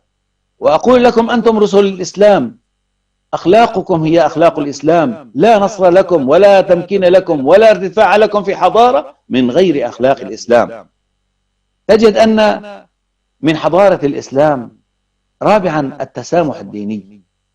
تجد أن الله سبحانه وتعالى بكرمه وجوده قال: لا إكراه في الدين، قد تبين الرشد من الغي، وقال على لسان الكافرين أو مخاطبا للكافرين: قل يا أيها الكافرون لا أعبد ما تعبدون ولا أنتم عابدون ما أعبد ولا أنا عابد ما عبدتم ولا أنتم عابدون ما أعبد لكم دينكم ولي دين. أيها الشباب، أيها الناس، الركن الرابع من حضارتنا هو العلم في أصدق أصوله، علم العقيدة وعلم الفقه وعلم الحديث وعلم الكيمياء وعلم الرياضيات وعلم التشريح وعلم الجيولوجيا وعلم الفضاء وعلم النووي وعلم الذرة، وهكذا. هذه العلوم هي التي قام بها المسلمون من أول انطلاقتهم. من الذي دل أوروبا على الحضارة أو الحضارات السابقة غير المسلمين العرب؟ من الذي أخرج أوروبا من جحيمها المظلم وسوادها الحالك إلى النور والحضارة؟ إنها الأندلس. لذلك نقول: لولا مآذن بغداد ودمشق والقاهرة وقرطبة وغرناطة وإشبيلية التي كانت تشع على أوروبا وعلى العالم بالحضارة لما كانت حضارة أوروبا. خذ مثالا لأخلاقنا وجمالهم: الرفق بالحيوان، الله يقول وما من دابة في الأرض ولا طائر يطير بجناحه إلا أمم أمثالكم، ومع ذلك أعطى الرفق ومن يرفق بالحيوان، الحيوان الأعجم هذا من يقوم يحافظ عليه، من يكرمه، من يحافظ على طعامه وشرابه، أعطاه أمرا عظيما. يقول الحبيب صلى الله عليه وسلم بينما رجل يمشي بالطريق اشتد به الريح فوجد بئرا فنزل فشرب، فلما خرج وجد كلبا يأكل التراب من شدة العطش، فنزل هذا الرجل وأخذ حذاءه ولم يكن هناك وسيلة لإخراج الماء إلا الحذاء، فأملأه ووضعه في فيه وصعد إلى فم البير وسقى الكلب. يقول الحبيب المصطفى صلى الله عليه وسلم فشكر الله له وغفر له. قالوا يا رسول الله إن لنا في البهائم لأجر، قال في كل ذات كبد رطب أجر. هذا ديننا. بالمقابل دخلت امرأة النار في هرة، لا هي أطعمتها ولا هي سقتها ولا هي تركتها تأكل من خشاش الأرض. فيا أيها الشباب، هذه هي حضارتنا، هذه جمالنا. ما نتجت هذه الحضارة؟ ما نتائج هذه الحضارة؟ نقول أولا أنتجت المؤسسات المدنية والخدمية والعسكرية وغيرها في كل نواحي الحياة، ويسمو الإسلام بالنفوس إلى أعلى أفق في النزعة الإنسانية الكاملة، حيث يجعل البر لجميع عباده. الخلق كلهم عيال الله، فأحبهم إليه أنفعهم لعياله. فمن هذه المؤسسات الخيرية مثلا المساجد، لم تكن المساجد هي فقط للصلاة فقط، لا، بل كانت هي الجامعات، وكانت هي موضع العدل، وكان فيها هي موضع تعليم الشباب، وكان موضع القضاء، وكانت منارة للعدل في الأرض. أينما وجد المسجد وجد الخير. لذلك الرسول صلى الله عليه وسلم لما جاء المدينة أول عمل قام به هو أن بنى المسجد. وأي بلد من البلاد المسلمين لم يكن فيها مسجد فاعلم أنها آثمة، يجب علينا أن نبادر لها. تفضل أستاذ علي. طيب معذرة يا شيخ، يعني نحن في آخر يعني المحاضرة. طيب قبل أن يمكن هناك الأسئلة من المشاركين، نعم، فيمكن أن نسمع أولا يا شيخنا من المتحدث الأخير يعني من اليابان، ثم بعد ذلك إذا هناك الأسئلة من المتشاركين فيمكن بعد المتكلم الأخير. طيب خيرا إن شاء الله. أنتظركم يعني. نعم، بارك الله فيكم وجزاكم الله خيرا يا شيخ. نعم، إن شاء الله نتكلم. حياكم الله. أتمنى أن خيرا إن شاء الله. نقول لشبابنا السلام عليكم ورحمة الله وبركاته. وعليكم السلام. Waalaikumsalam warahmatullahi wabarakatuh. حياكم الله. Shukran, Sheikh. That's the only thing I can do. Okay. So now we come to the last presenter, but not the least, from Japan. I would like to invite Miss Ryoko Hayashi. Time is yours. Hello, everyone. May I share my screen? Yeah, sure. Can you accept my sharing?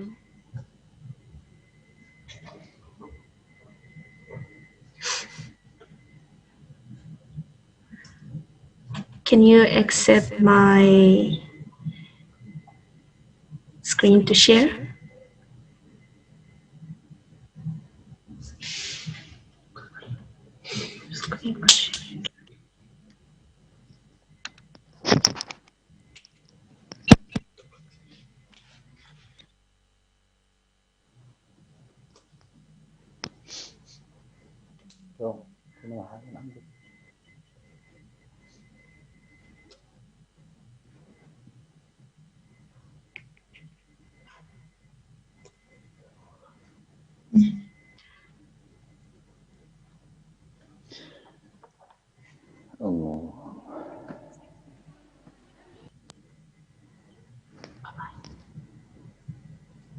Wait a minute, we were working on it. Okay, I'm sorry for that. no problem.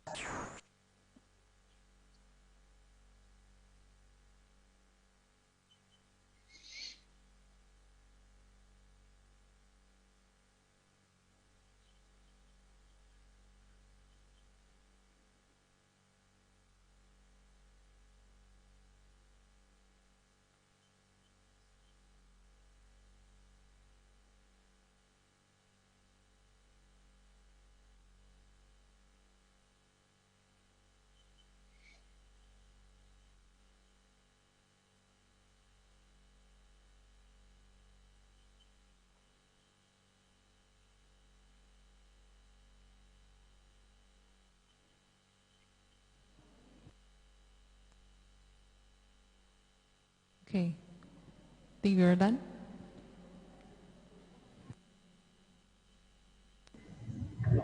Sorry, I can't share my screen yet.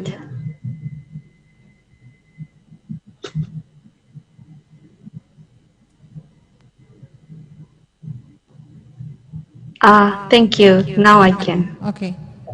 Yes, please.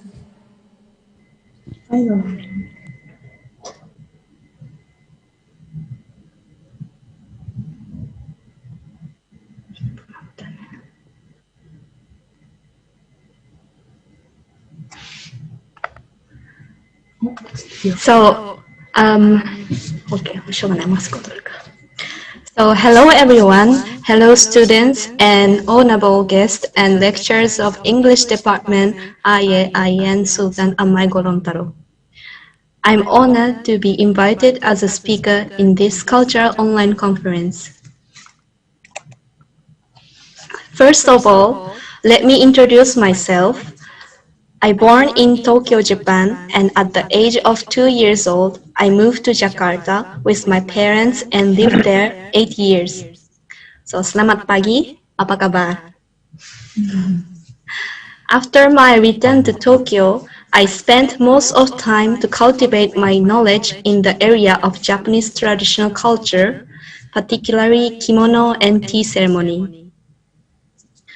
While working at office, I developed my kimono dressing skill, and in 2018 to 2019, I worked as kimono dresser in overseas, France, Algeria, UK, and Germany. From beginning of 2020, I started work at chocolate company named Darike, which sourced the cocoa beans from Polewali, Sulawesi Island. So I'm really glad to attend this conference today. Thank you very much. So today, I would like to talk about Japanese spirits of Mottai Night. In this word, There are no useless things, but everything is valuable things. Japanese kimono culture is one of examples. I would like to share kind of Japanese tips to make our life better with you. So let's go back in Edo period. The Edo period means for 216 years from the time Ieyasu Tokugawa started shogunate in Edo or present Tokyo in 1603 to the restoration of imperial rule by Yoshinobu Tokugawa, the 15th shogun. It was the longest period of governance by samurai in Japanese history and the peaceful period. Tokugawa shogunate closed the country except for Dejima Island in Nagasaki, Kyushu. Therefore, Japanese original culture was born.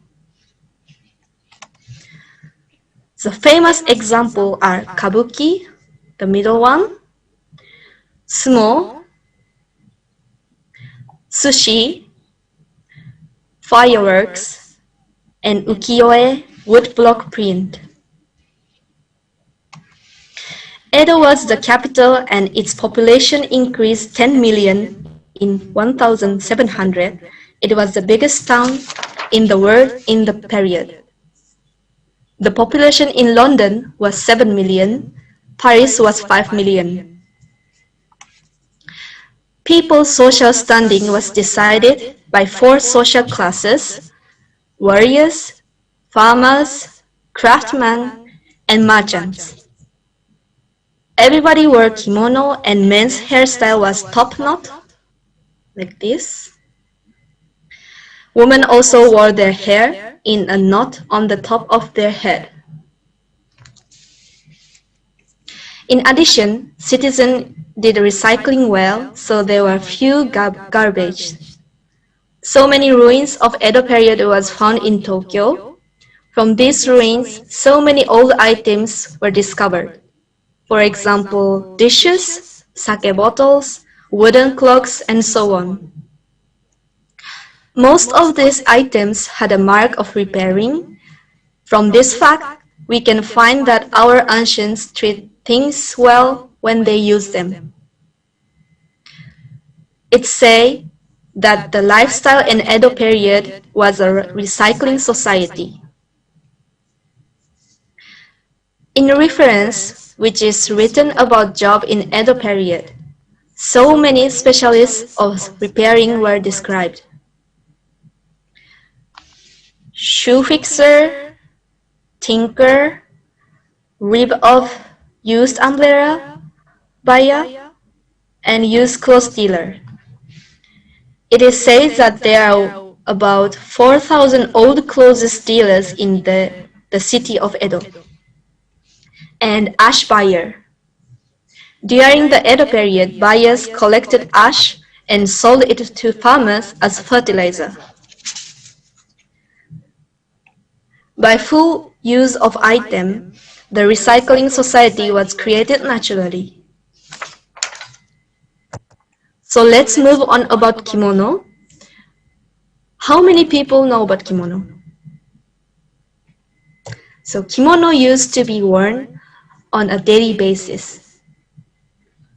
Nowadays are worn only for special occasions or life events such as wedding, graduation, and so on.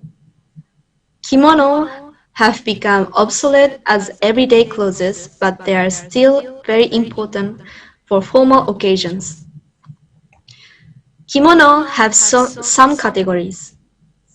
There is a distinction between the kimono worn by women who are married and those who are not. Furisode, this one, is a formal kimono for unmarried women. It has sleeve almost 1 meter long. Tomesode, this middle one, is a kimono for married women. The most formal kimono is a tomesode in black. A black tomesode carries the family's emblem at the shoulder and is gorgeously patterned at the bottom using gold and silver thread. There is a variation of kimono called hakama, this one, which has a split bottom like turas. Hakamas are mostly for graduation ceremony. Yukata is a casual kimono made from cotton. Yukata is much lighter than a normal kimono. It used to be worn in the house as a sleepwear. Nowadays, most people wear yukata for summer festivals. We can't wear yukata for formal occasions. Shiromuku, this one, the middle one, is all white style that includes wearing belt, accessories. This style is the most popular bride's traditional wedding kimono. White is symbolism, pure, and I would be dyed whichever color you want. Iro uchikake, the light one, its style involves wearing a colorful kimono that is embroidered and patterned. Iro uchikake is appropriate for a gorgeous and a happy day. So in Edo period, kimono has been washed repeatedly and tailored and even remodeled as a kimono for children. The kimono was finally used solely until it became a baby's diapers, clothes, and ton of clothes. So, how we make kimono? When we make kimono, we cut the kimono fabric with straight pattern. As you can see in this screen, every part are cut and sewn with straight pattern. This is the picture that when I untie kimono. You can see that kimono was made from one fabric and kimono became one fabric again. So it is easy to adjust the size for you children when you want to remake it anytime. On the other hand, Western clothes is based on the fitting to our figure and make it as it is required. So it is difficult to remake old clothes to refit to the required appearance. Now, you know kimono is made not only for ourselves but for our child, grandchild, and our descendant. This is the spirit of mottainai. To make a better understanding about mottainai spirit, I will explain about redyeing. If you find a stain on kimono, you can redyeing it for cover the stain and wear it again. Also, we dye kimono to make fit to own proper looking. For example, when you are a teenager, bright color like pink or orange goes well with its age. But when you grow older and bright color doesn't match well with your age, you can redye to softer color. This means you can reuse clothes as long as you want to wear it. This is also the spirit of mottainai. Mottainai is from the heart that respect nature. There are so many designs in kimono and each has own meanings.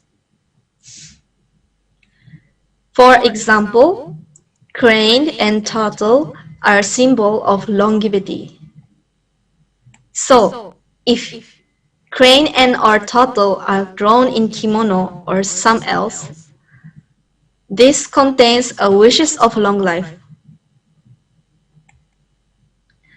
Pine, bamboo, and plum are utilized at auspicious occasion because pine and bamboo are keeping its green even under severe cold in winter time.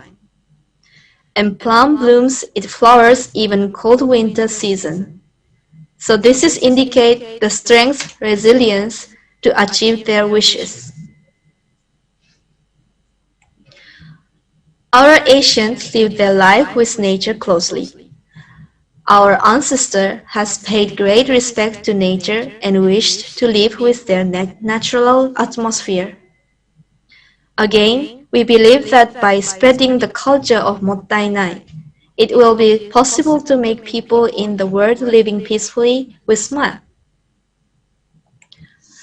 Before I closing my presentation, as you might know name of Miss Wangari Maathai, I would like to share her past activity which associated with word of Mottainai. She was a Kenyan social, environmental and political activist and the first African woman to win the Nobel Prize.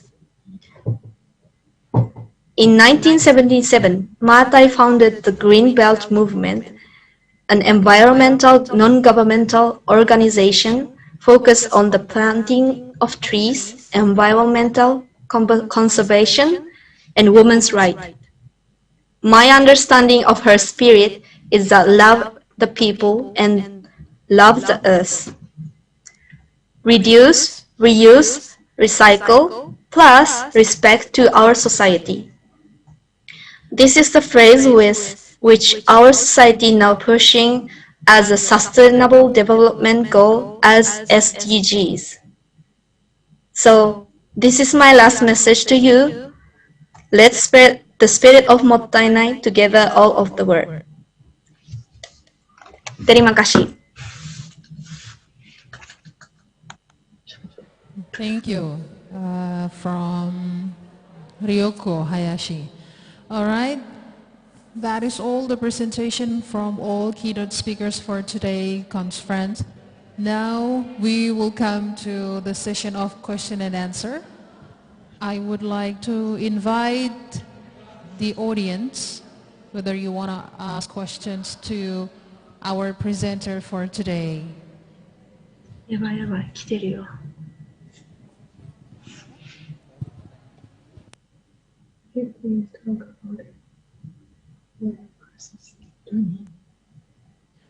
Yes, maybe you can unmute yourself and make us notice what you're going to ask. Or if you have any question, you can type in the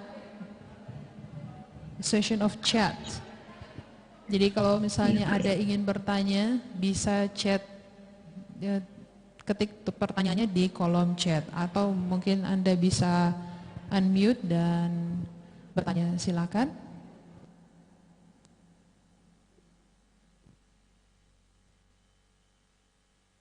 Assalamualaikum warahmatullahi wabarakatuh. Waalaikumsalam warahmatullahi wabarakatuh. Well, actually, saya sudah mengetik pertanyaan saya. I've typed my questions to brother Ali. The question that I addressed to Mr. Muhammad Fatih. Sheikh. Naam Ustaz, naam.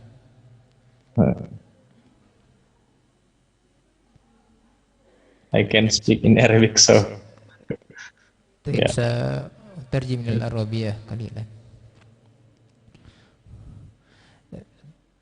طيب يا شيخ، هناك سؤال من مشارك في هذه المحاضرة.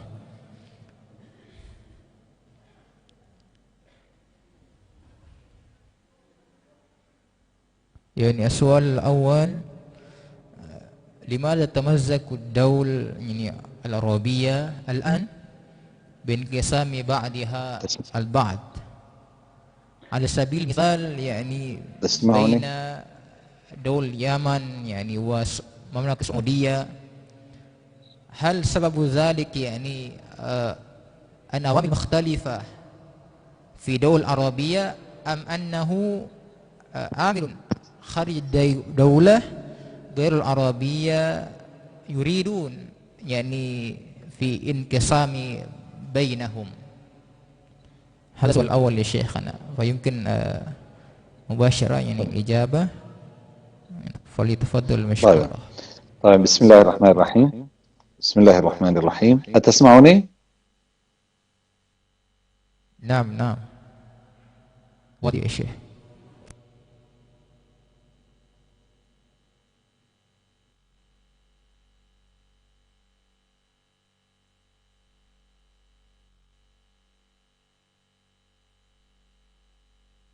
الصوت يا شيخ، لم تفتح الصوت.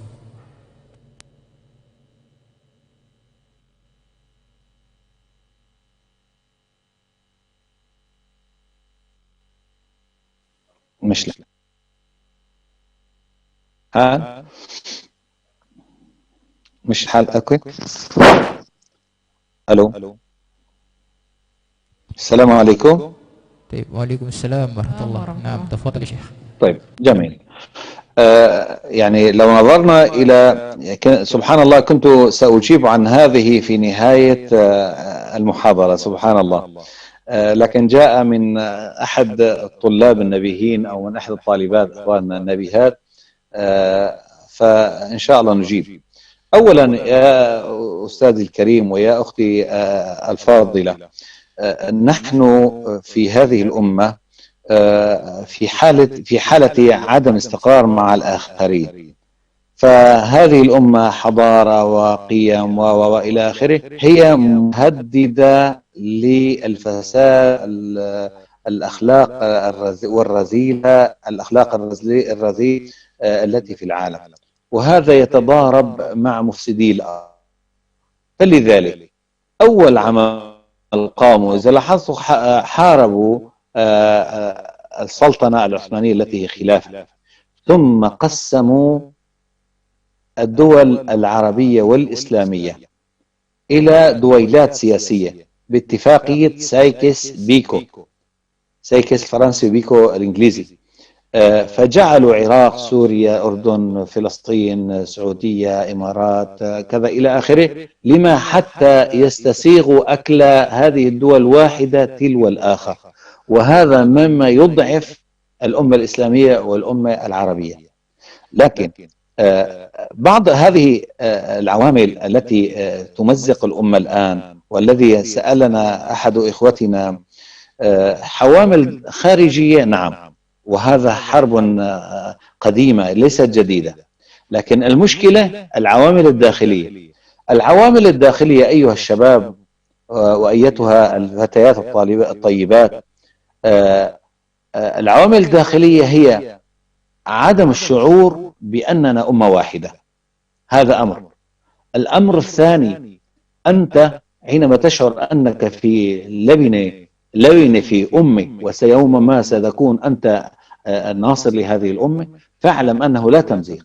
على سبيل المثال، الحكام الذين ينتقونهم لقيادات المنطقة العربية تجد كلهم مشبوهة سيرتهم إلا ما رحم ربي، والذي يميل يمنة أو يسرى يصير مصيره كمصير صدام وغيره. فلذلك هم يوضعون القادة هكذا يتحرك، ويجعلون دائما بينهم التناحر، يعني بين العراق والكويت هناك منطقة محايدة حتى دائما تحرك، وسببت حرب الخليج الثانية وهو تحرير الكويت. بين الأردن وما بين سوريا هناك مناطق محايدة، كذلك هذه المحايدة تختلف عليها الدول دائما وأبدا. الأنظمة، هذا نظام جمهوري وهذا نظام ملكي، وهذا تابع بالولاء للغرب وهذا للشرق، وأما ولاؤهم لشعبهم ولدينهم فكاد أن يكون معدوما. فالحرب في اليمن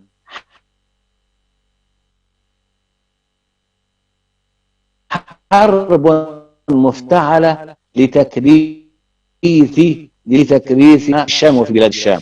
الحرب علينا في بلاد الشام نفسه على اليمن لتقسيمه وتمكين الروافض من هذه البلاد، على الرغم أن لست بطائفيا، لكن هذا الواقع الذي نعيشه، الذين قتلنا بسيوفهم. من يدعمهم؟ يدعمهم الصهيونية العالمية وغيرها لإخراج أهل السنة ولإضعاف أهل السنة الذين هم أهل الحق وأهل هذا الدين. بل إنهم غرسوا بينهم القاعدة وغرسوا بينهم داعش وغيرها، هذه كلها مخابرات غربية لتمزيق الأمة ولتجعل ذريعة لقتلنا نحن معشر المسلمين وزيادة تمزيقنا.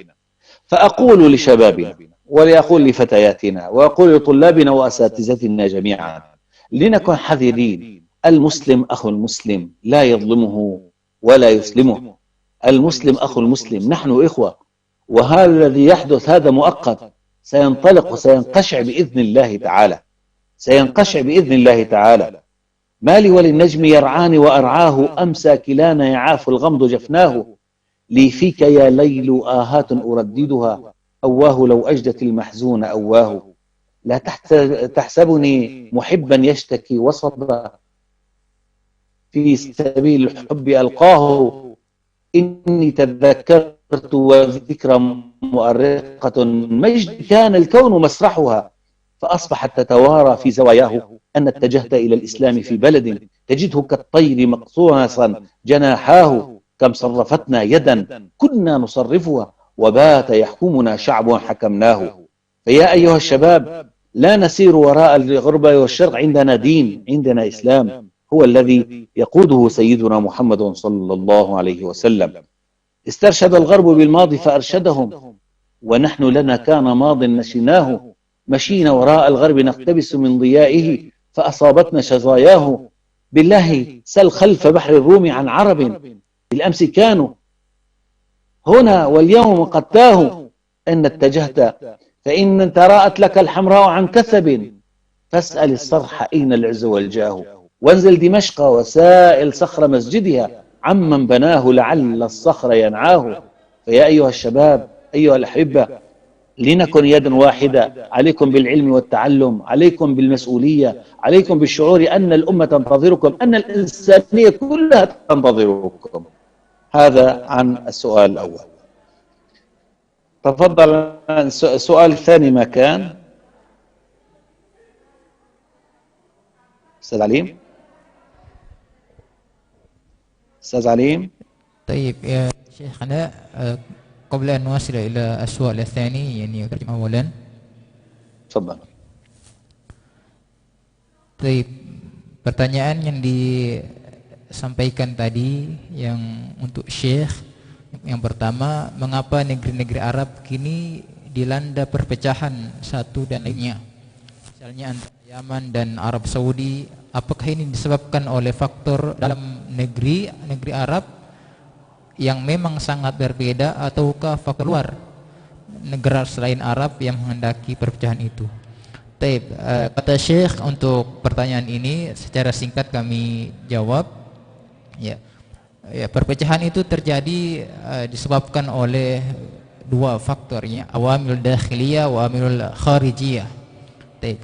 Adapun yang menjadi faktor di dalam negeri Arab ini, yaitu yang pertama ada syurut, ya.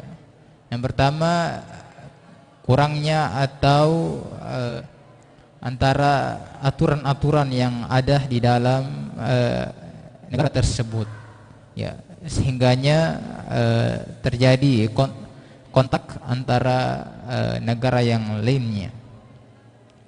Tetapi kata Syekh, ya, juga demikian, tidak semua apa yang dilakukan itu yang bersifat kekerasan, ya, di dalam yang kita lihat sekarang itu bersumber hanya dari faktor dalam saja, ya.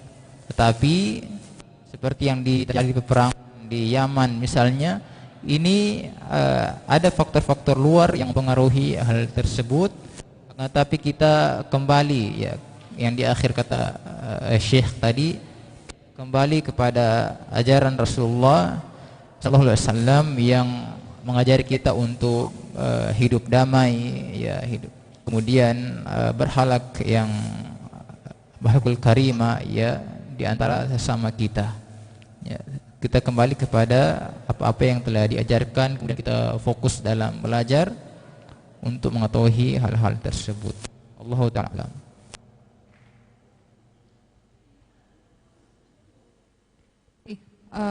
To Zul, I hope this could be informative for you. yang bertanya, Bapak Zulkifli Ahmad. Masih ada ya? Yeah, I got it. Okay, thank you. Syukran. Sarzo. Syukran ya, Syekh. Okay, thank you, Sarzo. Now, I would like to invite the next audience who wants to give a question. Either it's from Zoom, audience in Zoom, or all the participants who's present here.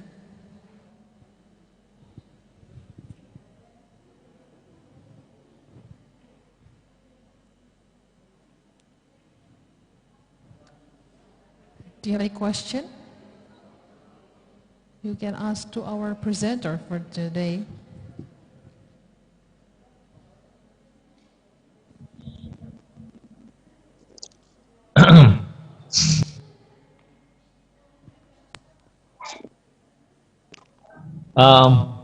May I?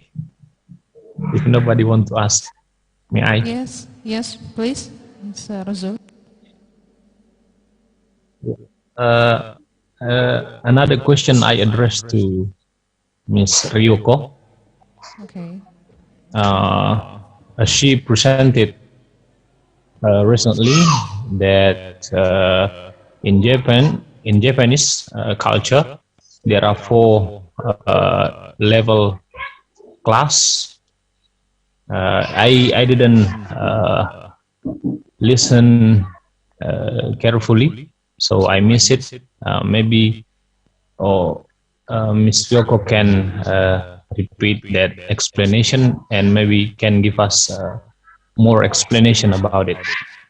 So 4 level classes in Japanese people. Thank you.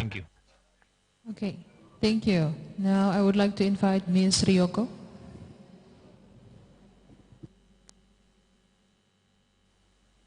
Excuse me, ma'am. Excuse me. This is me, Akbar. Excuse me. Yes, Akbar. Yeah. I do really sorry, everyone. I do really apologize because he just sent me a message that already went out because Ryoko has another business. So he says sorry for everyone because she has go out already. All right. Thank you for your information, Akbar. So, I'm really sorry for Bapak Zulkifli Ahmad for your question. I'm afraid we disconnected with Ryoko Hayashi. Okay. So maybe let me check. We have presenters staying in this online Zoom. We still have presenter from America, from Indonesia. Okay. Maybe if you would like to ask other questions for our other presenter. Recently,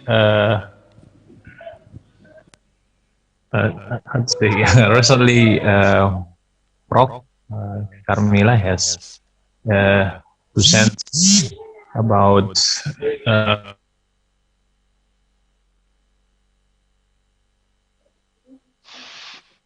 you can that you can get.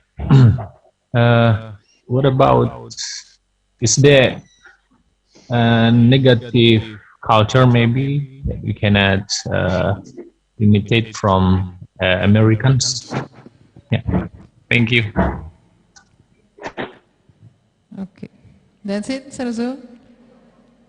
Okay, so we don't only learn about the positivity, but we also need to know about the negativity. So in order to avoid that, so now I would like to invite Prof. Carmila Mahmud to give us some. Okay. Okay, thank you very much for the question.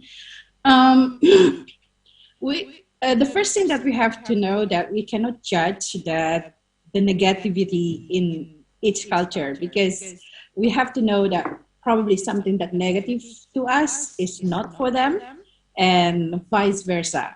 So if you are asking about the negative culture, based on our religion, for example, then we can specify that. For example, they love to drink in the bar. We don't like it. We don't do that based on our culture, on our religion and also culture. They have one night stand, like you know, when they go out and then yeah, you know what happened after dinner, after drink, and it's not for us. They stay together or live together before get married, and it's not happening here, and it's not good to us based on our religion. But for them, it's okay. So I need to correct that. We cannot say that it's negative, because to them it's not, but to us it's negative. So once again,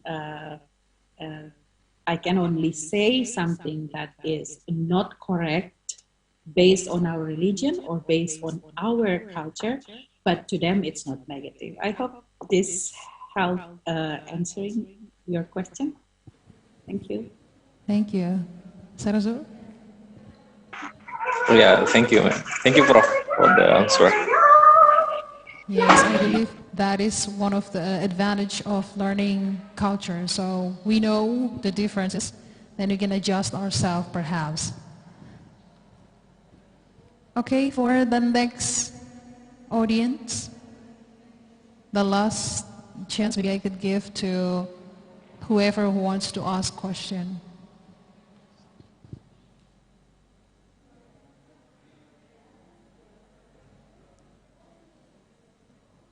Do we have participant here?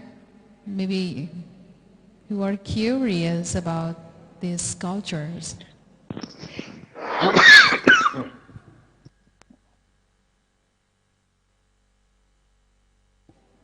All right. So apparently, because I'm waiting and nobody responding, so I assume that no more question will be addressed to our presenter. So here I'm trying to give a conclusion that from this conference we learned about new concept or cultural knowledge. Maybe, for example, like in Japan, we only know about one thing, kimono. That's the only thing you know. But now we learn that there are many types of kimono and where to wear that kimono. And by learning culture, we can become more tolerable and maybe aware of the cultural diversity. And yeah, as I already told before, that I hope this learning from this conference will give you a motivation that maybe you want to give a chance to yourself to experience itself.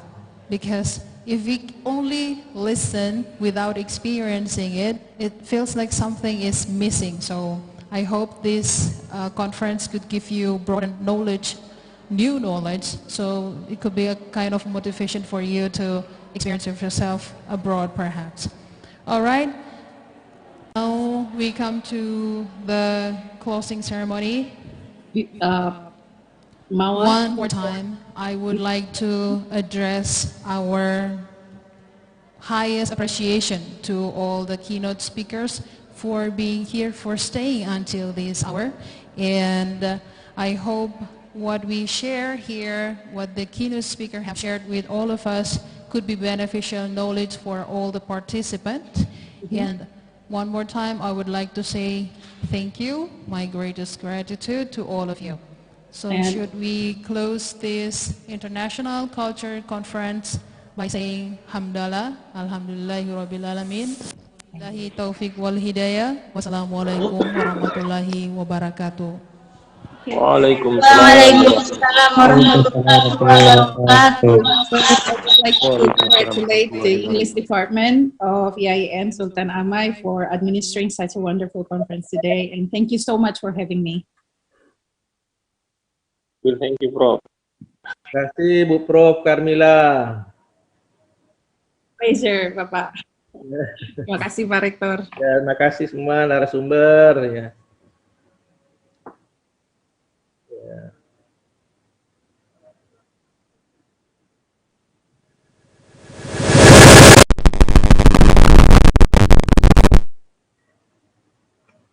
saya izin leave ya, karena